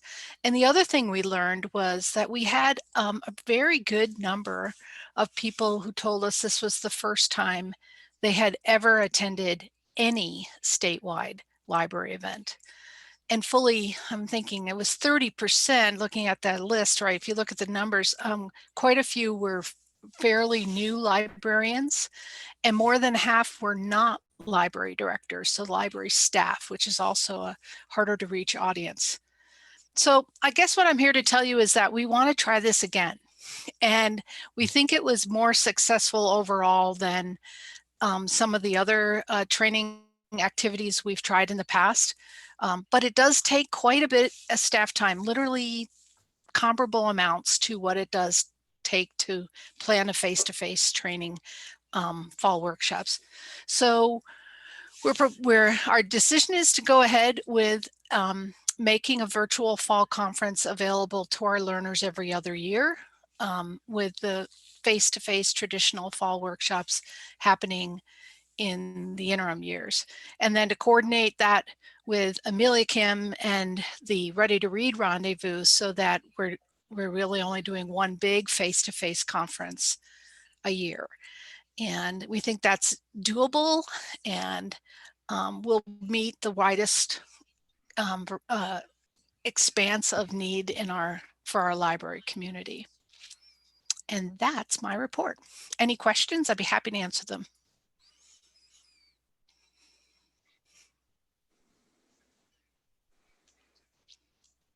I should add one more thing. We did go after real top shelf presenters for this training, and I think that also led to a success. I mean, it was in order to see to get the full experience of being with those presenters, you really had to attend live. We only recorded portions of some sessions, and that was because it was just not appropriate to record small group discussions and things like that, or more personal stuff that was going on in the training. Well, Joe, kudos to you and to staff for and attendees for being willing test crash dummies and trying this new thing out. And it's wonderful that it looks like it came out so well. And I think that we'll be guided by this for all sorts of things we do. My sense is we certainly learned a lot. It was a great experience. Well, the roughly 9 out of 10 attendees said they do it again. So that is also a real strong recommendation. We also had attendance from every corner of the state, from Plentywood. I always pick on Jonna up in Plentywood, down to Red Lodge, out to Libby, and down to Darby. So that was also really encouraging. Good. Any questions or discussion about this last item? Let's move on then to the Shared Catalog Partners Hold Sheltering Pilot. Talk about that quickly, and then I do want to jump back to Amelia in the summer reading report. No, I missed that. Oh, I did. Actually, yes. Actually, can we do that first? Let's do that first. Okay, cool. I'm so sorry, Amelia. No worries, no worries. So I can go ahead and share. Oh, okay, great. That's also perfect. So there is a story map of summer reading of the 2020 summer reading report. So if you'd like to look at that more specifically, it will go through the actual like numbers and figures and things. But I just wanted to tell you sort of the highlights of summer reading. And the main thing is that I think everyone did a really, really great job under really, really unusual circumstances. And I think the summer reading programs, many libraries still continued with the summer reading program and were able to pivot in some way to do their summer reading program. So, I mean, I feel like a lot of librarians are overly hard on themselves and are like, oh, weren't able to do it in the same way or whatever, but I think they still did a really, really great job. A lot of libraries ended up using Read Squared. The state library had purchased 40 spots with Read Squared for libraries to use, and currently we have 32 libraries using Read Squared. One of the big recommendations that people and pieces of feedback that people had for this year was that they were excited to use Read Squared for 2020, but they were more excited to have time to learn how to use it properly for next year. That was the main piece of feedback due to the contracting and the timeline. Libraries weren't actually able to start poking around and using Read Squared until like late May, I believe. So that was just sort of fast turnaround in order to get the programs up and ready for June, when libraries started their programs. We had really good confirmation about our participation in CSLP, which is the Collaborative Summer Library Program. Montana's been a member for a while. I don't remember how long. Since I've been at the state library for sure. And every year we kind of ask like, what are you using? Is it helpful? with the implication being, should we continue to be a member? And every year people have said that, yes, we do use the materials, or even if we don't use the materials, we like having the option there of using the materials. And there's always high satisfaction and high usefulness that people talk about with CSLP. There was a bit of an interesting kind of snafu with the artwork this year. The 2020 theme was Imagine Your Story. And so a lot of the artwork had images from like fairy tales and other myths and legends and sort of things. And they actually used some sort of sacred imagery and sacred legends from Native American traditions. And so there was ultimately, I think that was actually a really great learning moment for CSLP, but it kind of threw a lot of things out of whack because a lot of artwork had to be pulled and then redone and reissued. So that was something that people had mentioned. I mean, every year the artwork for CSLP gets really good reviews. They always contract with someone who's very professional and very skilled. But there was reduced artwork this year because of that. People were always very appreciative of the manual with the different groups that it caters to. And CSLP was very great about when the pandemic hit, they actually released new ideas and reworked ideas for virtual settings or take-home settings or COVID appropriate situations. So that was really great, and people did mention that they thought that was helpful. For challenges, I think, as you can guess, COVID was the main thing that was mentioned. You know, there was, for a while, people just weren't really sure what was going to happen. And I think the learning curve to virtual programming was kind of difficult, I think, for some people. So just that kind of adjustment and figuring out how to deliver a summer reading program virtually or with social distancing in place was a bit of a challenge for people. Something that's been mentioned multiple times in many summer reading years is getting specific patron groups involved. So there's a lot of libraries that do children's programs. That seems to be the default summer reading program. And then there's less libraries that do teen programs, and then only a small group of libraries that do adult programs. And so I think for the adults, my impression is that there's not a bunch of adults clamoring for like, where's my summer reading program or anything like that. And I don't know if there's lots of teens doing that either, but I think libraries are really interested in trying to get those two groups more involved. So that's something that's actually come up in summer reading feedback each year, and it's something that I can definitely do more to focus on. So that's something that's worth mentioning.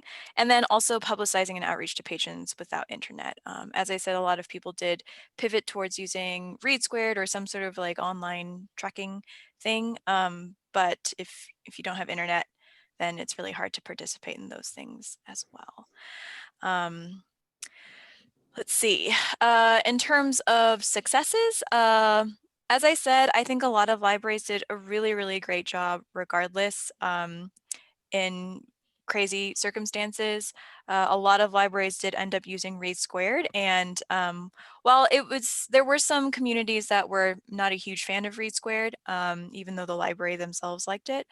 There were other communities where Read Squared has turned out to be a huge hit, and libraries are actually expanding it beyond summer reading and moving it into 1,000 Books Before Kindergarten or winter reading programs and the plethora of other templates that they have available. So that's really cool. Some people have said that they've enjoyed doing the virtual story times, and as they've gotten more used to it and more comfortable with it, they're reaching a different group of people, which they said was really nice.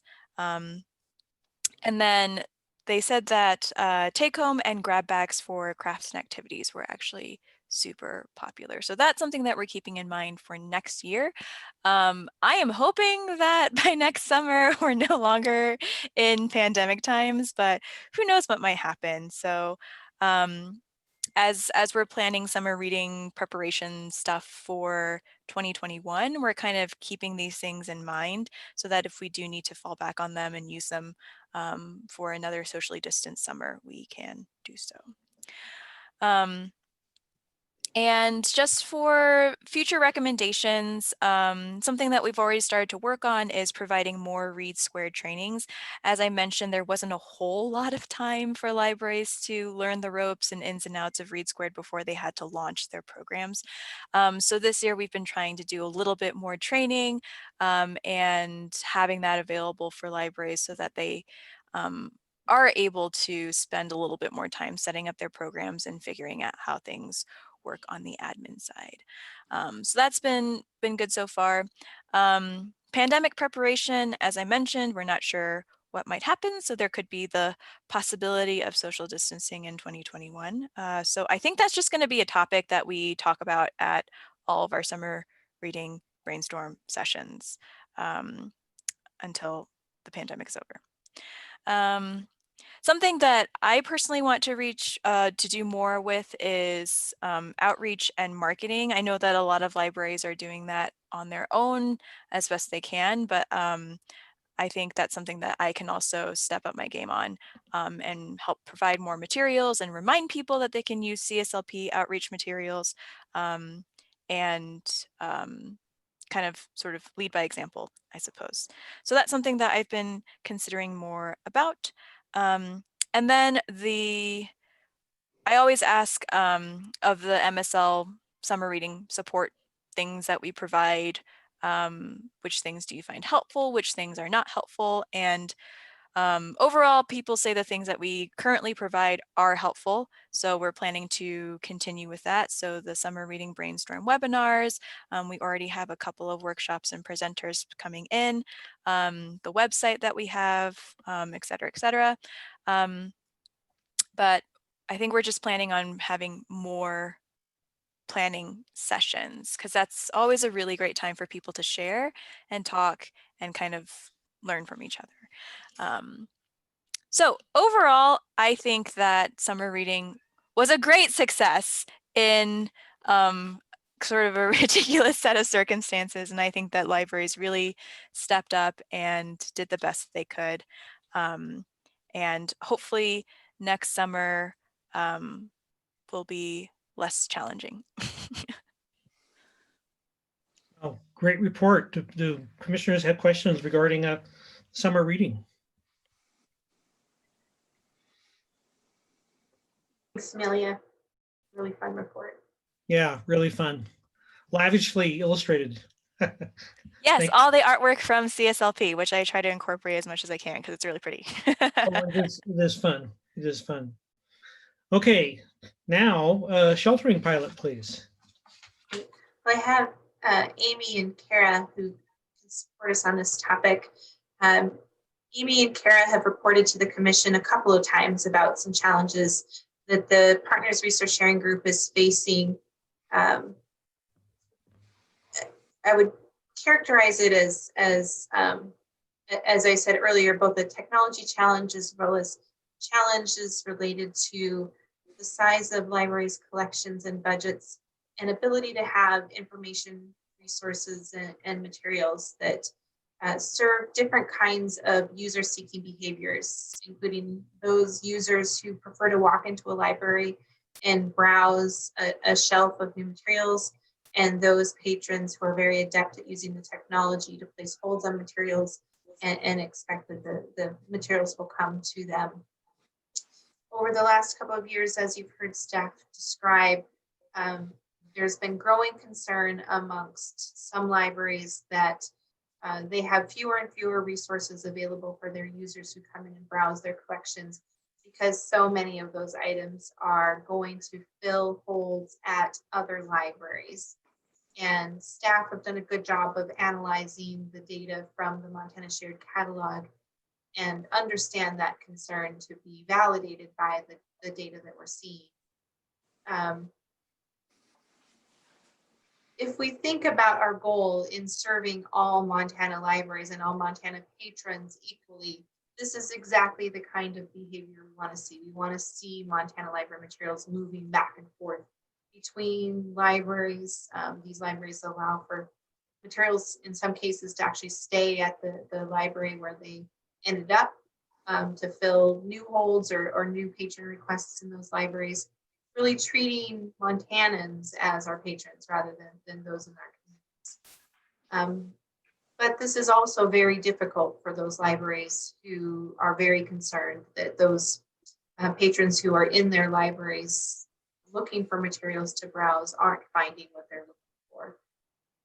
So that's the concern that we're trying to address.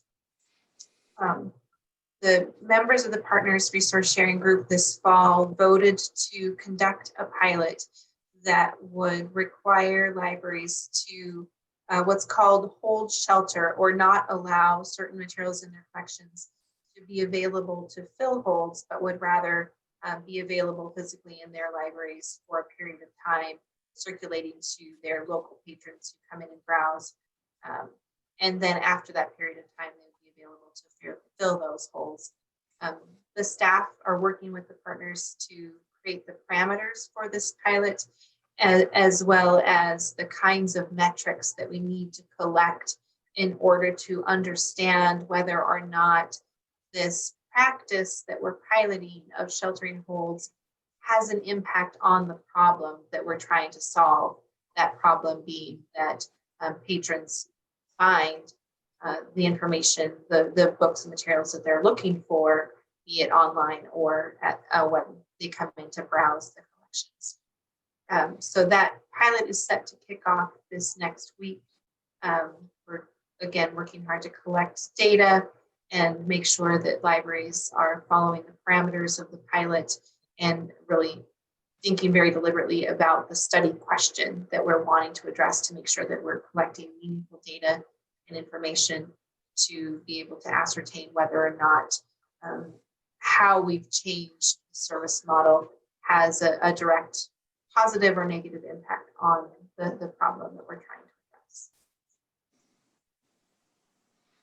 I know Kara and Amy probably have much more technical information about the problem and the approach than I can share, but I just want to acknowledge all of our staff, Kara and Amy and Tracy in particular. This has been just an incredibly contentious issue among the partner libraries. It's something, as I said, that's been percolating for a couple of years. And unfortunately, we've really seen an erosion of trust between these libraries around this particular issue. And our staff have felt deep concern about making sure that we're doing what we can to maintain those relationships.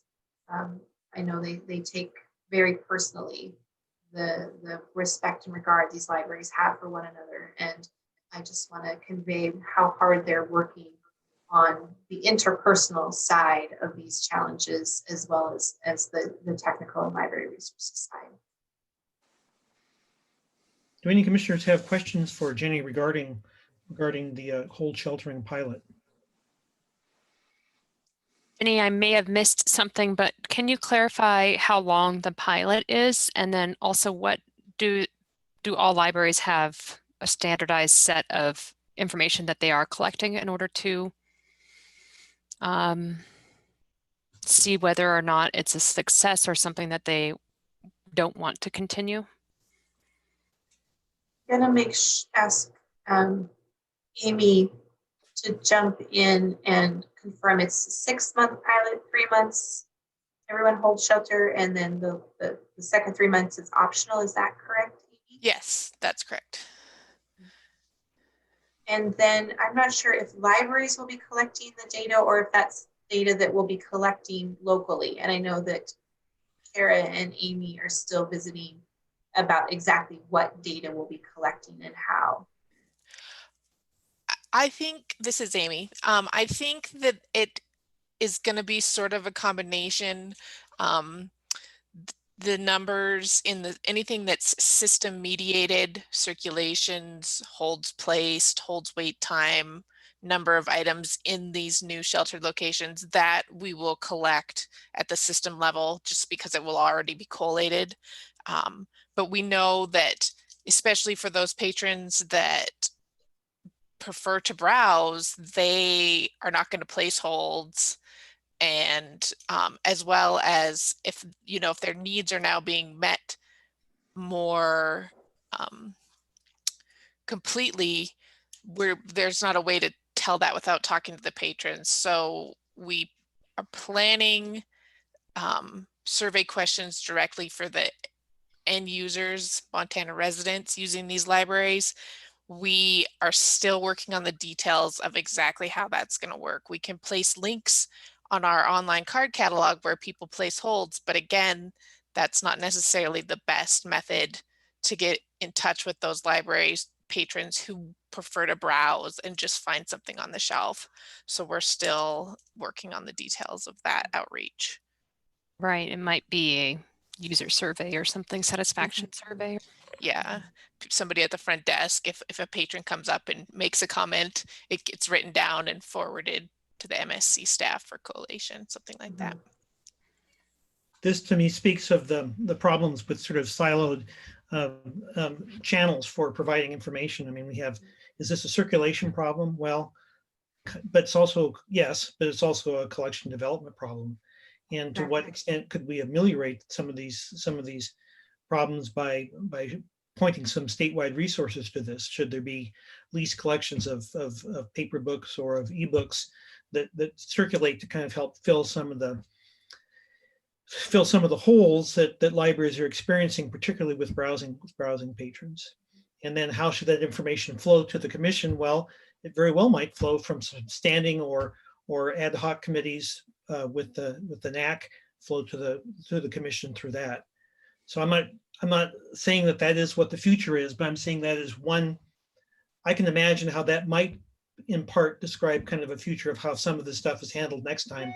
My biggest concern is, I think, what Jenny expressed, that the partner libraries who are sharing patrons as well as materials are in many ways the best of what we hope for in terms of cooperation and collaboration, particularly from a user's point of view. And I don't want to do anything but encourage them and give them more tools to work with. And if we'd somehow been able to address this problem earlier, we might have dodged some bad feelings and maybe made life a lot easier for a lot of people. So this looks like this may be a place where some of these things we've talked about today might come together. Exactly right. No one ever says exactly right when I talk, so thank you for that. But I do agree. Request for proposal updates. These are just really, really quick. I'm glad to say we finally signed a contract with OCLC for interlibrary loan and cataloging services.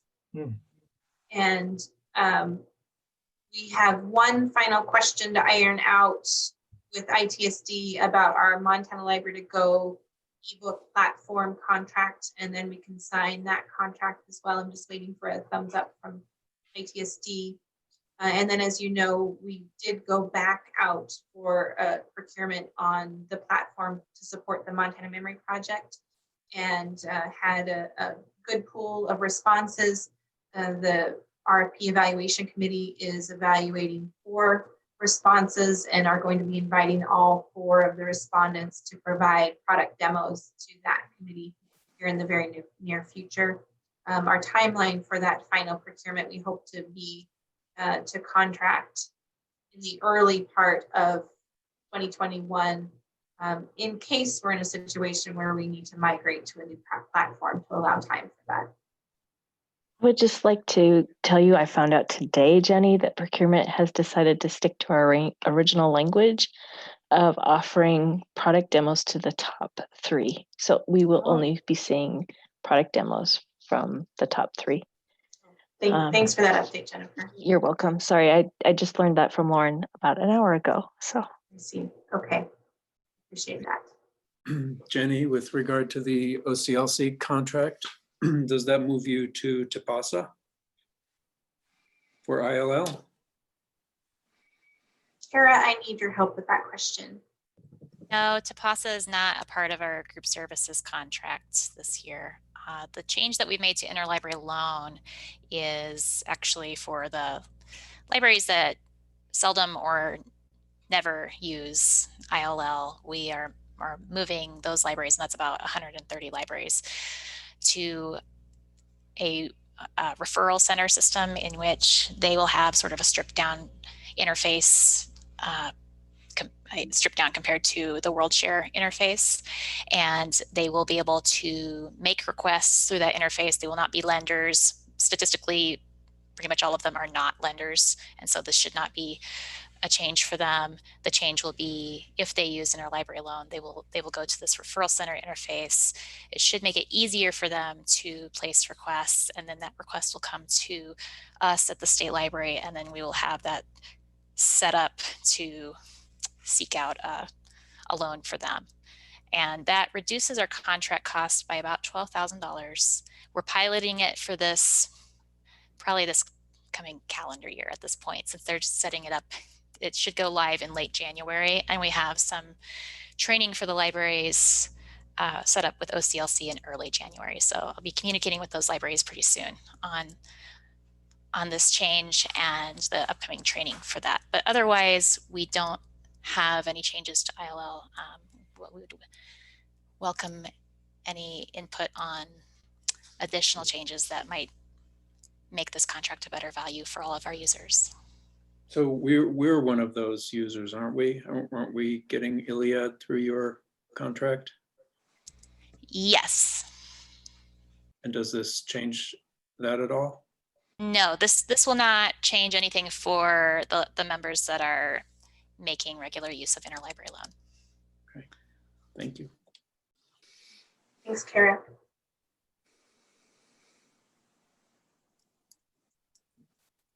That's it for my report. I'm happy to answer questions about anything else you might want to know about or anything I didn't cover.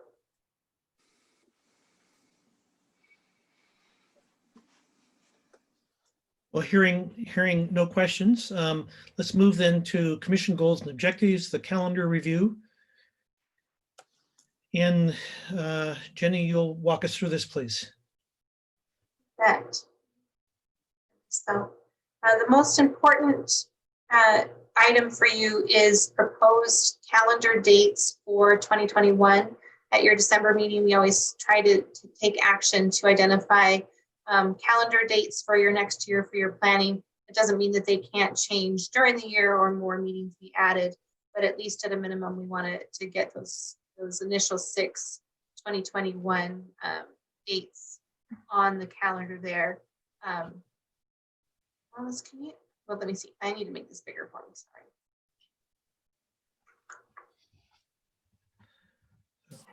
So what is proposed is still the standard second Wednesday of February. April would align with the Montana Library Association conference, June, August, October, and December.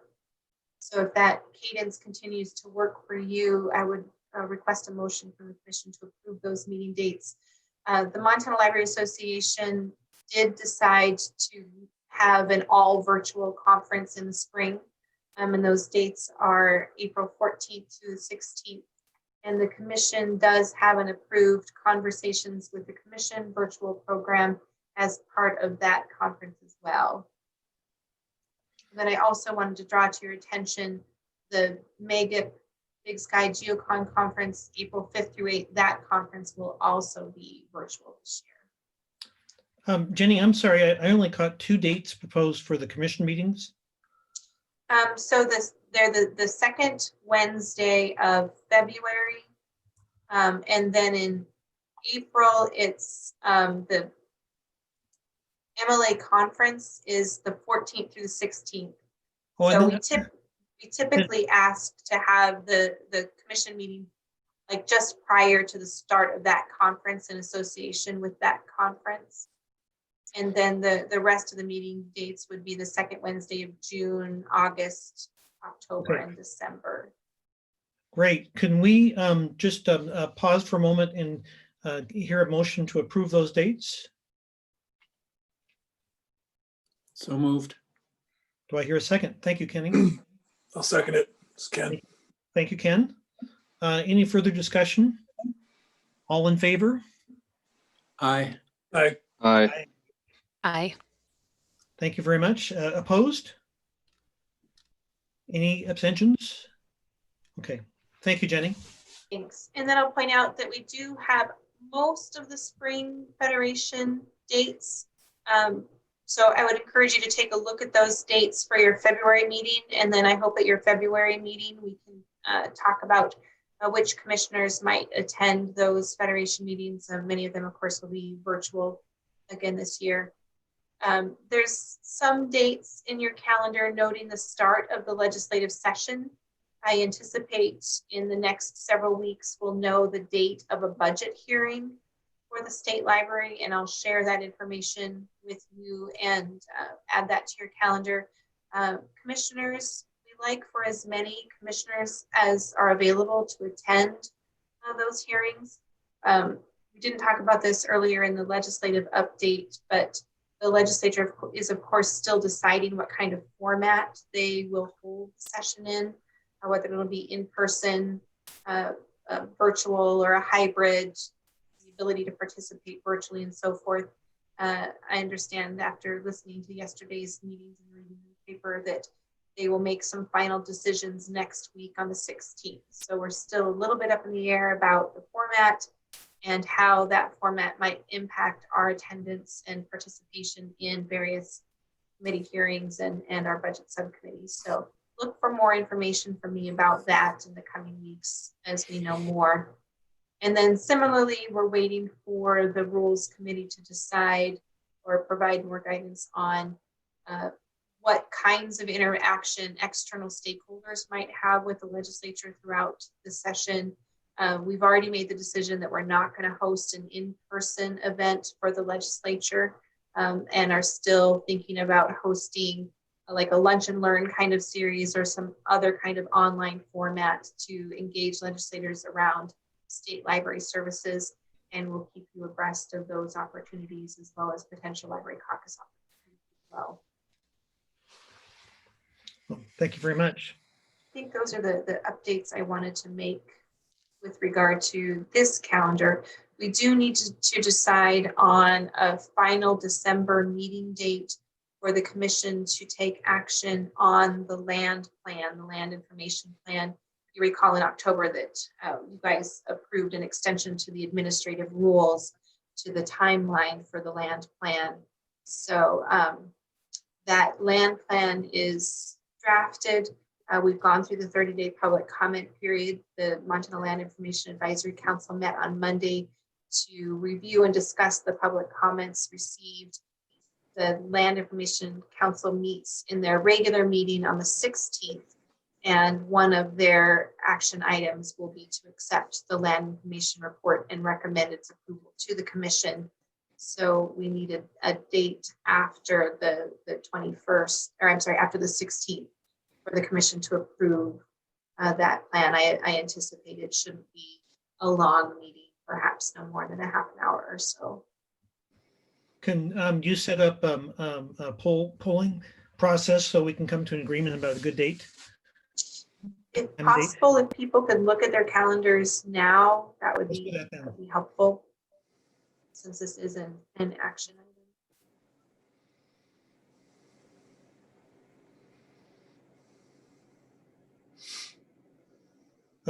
I have no constraints on my time, so I can work with anyone. Is there anyone who is constrained? Connie? What date are we talking about? I would.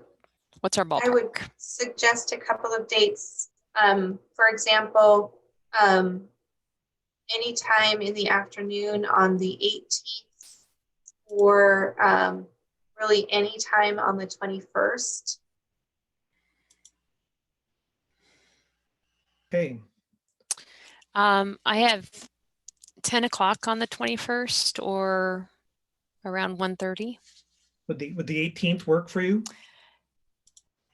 Let me look at that again. I have some time in the afternoon of the 18th. Yeah. Is that clear on your schedule? On mine, yes. Okay, thank you. Oh, Kenny? yeah. So is December 18? Yes. At what time? Sometime in the afternoon. Afternoon. I have a 1 o'clock availability. 1 o'clock the 18th. Mhm. Dalton, Works would for that work me. for you? Good to go. Ken? It's good for me. How long of a session how much time should I set aside? I would say no more than an hour. I think we can probably keep the action to a half an hour. Okay. Great. So could we get a motion for a meeting not at 1 p.m. on the 18th? So moved, this is Ken. Do I hear a second? Second. Connie, further discussion? All in favor? Aye. Aye. Aye. Opposed? Abstain? Motion passes. Great, thank you. Ew. A lot of business. Well, let me go move on. I thought to, you said ew. Like, what happened? I saw a cat in there. So move to the last, nearly the second to the last item on the agenda, public comment on any matter not contained in this agenda that's within our purview. I actually had a couple of things. I know you guys are trying to get out of here.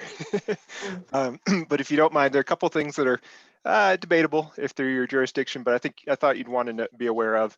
The first is that there have been a number of, there's a lot of turnover going on right now in the GIS professional community in Montana. And several of these people that are departing or have departed are people that we've worked very closely with. Nothing on the scale of Catherine and the partnership we've had with her and the NRCS. Nonetheless, some pretty significant retirements, mostly retirements. Among those, Janelle Lupin in Yellowstone County, obviously one of our largest and an essential county for our cadastral work, and we've just had a good partnership with her. She's been there almost 20 years, and we've been working very closely with her for the last 7 to 10 years. Additionally, Pat Reardon, Butte Silver Bow County GIS, sadly passed away just unexpectedly about a month ago, I believe. And you know, we have very deep roots with Butte Silver Bow, and he was a good partner, and that one was pretty rough for a lot of our GIS staff. At the state level, Ted Chase, who has been the GIS manager for revenue since at least dating back, I believe, to around the time of the Land Information Act passing, and a heavy participant in MLIA and MEGIP activities, is retiring, I believe, next week. Also in revenue, Gordy Khan, who we've had on our council for the last few years. And I believe, Jenny, was Gordy involved with the cadastral ROI? I've got it in my head that he was, but I may be mistaken. He may have been. Because he was with ITSD prior to moving to revenue. That's right. So, I forgot that. Yep. And has been a good supporter through MLIA. Elena Graham is another longtime MLIA member, one that's always been very helpful and volunteering herself to work on any number of councils and or subcommittees, and a lot of the dirty work of working through grants and things like that. She's always been happy to volunteer for. Understand she'll be retiring in April of 21. She's a U.S. Forest Service employee. And then one other note on the state side, although I haven't actually heard officially it is retiring, John Tubbs at the Department of Natural Resources and Conservation has long history, having been I believe, the chair of the Interest Advisory Committee close to 20 years ago now. With the change in administration, it's expected that he'll be stepping down as DNRC director, and I believe he's planning on retiring, although I can't say that for certain, but I'm guessing his role. He has also been one of the most committed agency directors when it comes to involvement on the Land Information Advisory Council. So Just felt like those departures should be recognized and noted for you, so you should be aware of that. And then one other thing, and is just, I just felt like it was worth noting. Just in the last few weeks, the state does its annual State Employee Charitable Giving campaign. And I had mixed feelings about bringing this up, but I was just blown away when I looked at the outcome of this. I guess I should also thank Marlis for her work. She coordinates this every year, getting notice out to people and reminding people of the campaign. I was blown away when I saw that the state library was one of only 2 agencies that had more than 50% participation by staff, 54% of our employees. The only agency with a higher participation rate was the Arts Council, which only has 8 employees. And that's not to take anything away from them. It's pretty awesome that 6 of their 8 employees contributed. But we had 23 of our 42 employees participating in this. And we also saw, not quite, but about a third increase over the contributions last year that people made. And, you know, in a rough year, and when you see the number of people that are contributing, the message that it gives me is that a lot of people that may not be able to give a lot are contributing to this because they recognize the situation. And I just think it's just one of those many things. I know I don't have to tell you guys what a great staff we have, but it's just one more example of the many ways that we see that reflected. So thank you. Thank you, Evan. That's pretty neat. Kind of on one hand, it's sort of it's a really pleasant surprise, but not so much a surprise. We do have a good staff. So yeah. I have my own comments if you'll indulge me. This is Marlis's last meeting, and Marlis has been with the State Library for 13 years. I can't believe it. And so I just really want to recognize her for her service, especially her service to the State Library Commission. I think you'll agree with me that question never goes unanswered. The meeting materials are never properly prepared, or I think some of the most frustrating experiences Marlis ever had were like 2 or 3 meetings in a row where lunch wasn't delivered. By no fault of Marlis's, because she was always so well prepared and such a great resource for all of us. And as I said earlier, I'm quite certain that she and I have been together for more than 60 commission meetings at this point. And I just really want to acknowledge and express my appreciation to her. Well, for those of us who have been fortunate enough to have been chaired the commission, you know, Marlis has just been a great aid. It's made things easy, and in such a pleasant way, such a non-flappable way. And I, as I've told her separately, but I will really miss Marlis a lot. Although I certainly congratulate her on her move to bigger and better things, but well, bigger. Thank you. I appreciate it. It's been great. And then I just want to say I was feeling emotional at the beginning of the meeting, and I'm feeling a little emotional again now, because this meeting is the meeting where we celebrate our staff every year, and everybody has been through so much, and it's so hard in this format to show the kind of appreciation we feel for the work that all of our staff are doing. So to all of you, thank you. And commissioners, I encourage you to reach out and despite the fact that we're not together, show your appreciation as you typically do for the great work of the agency. Well, we are a very fortunate few to be able to work with you, Jenny, and with staff generally. And I can't imagine a situation where an agency could continue its work with such high quality as with such an incredible screw up as the COVID has been. The State Library has just excelled, has just knocked it out of the park. Hopefully there won't be a next time, but if next time happens, we'll even do it better. But it's been wonderful. And I wish we could have a party with beer and brats. And that tacky State Library Christmas tablecloth. Well, goes without saying. Jenny, thank you for saying that. You mirrored feelings that I've had as well. I mean, we're unfortunately just dealing with changed organizations this year. It's just not the same as having people here. And Marlis, yes, I also want to add my thanks, my gratitude to you, and say that we will all miss you. Thank you. I'll miss all you guys too, that's for sure. Well, Yeah. we'll see you in the store when we start going to stores again. I want to say thank you to all the staff, Jenny, and everyone else, not only sitting on this with this group, but having the direct impact of your work and my work as a library director here and our entire staff. We love you so much and thank you. And I always think about how much support you give us. Like we're always calling you in crisis. And it is very clear to me that like we're not providing that like emotional support back to you. We're just like, help me through this and then go on. But we care so much about you and thank you. Well, there'll be better times when we can express our gratitude face to face. Coming soon, I hope. Any other comments, either from commissioners or from others?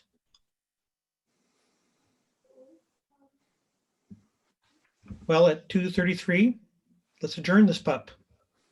Thank you all. Thank you. Bye. Thank you. Take care. See you later. Thanks so much. Jenny.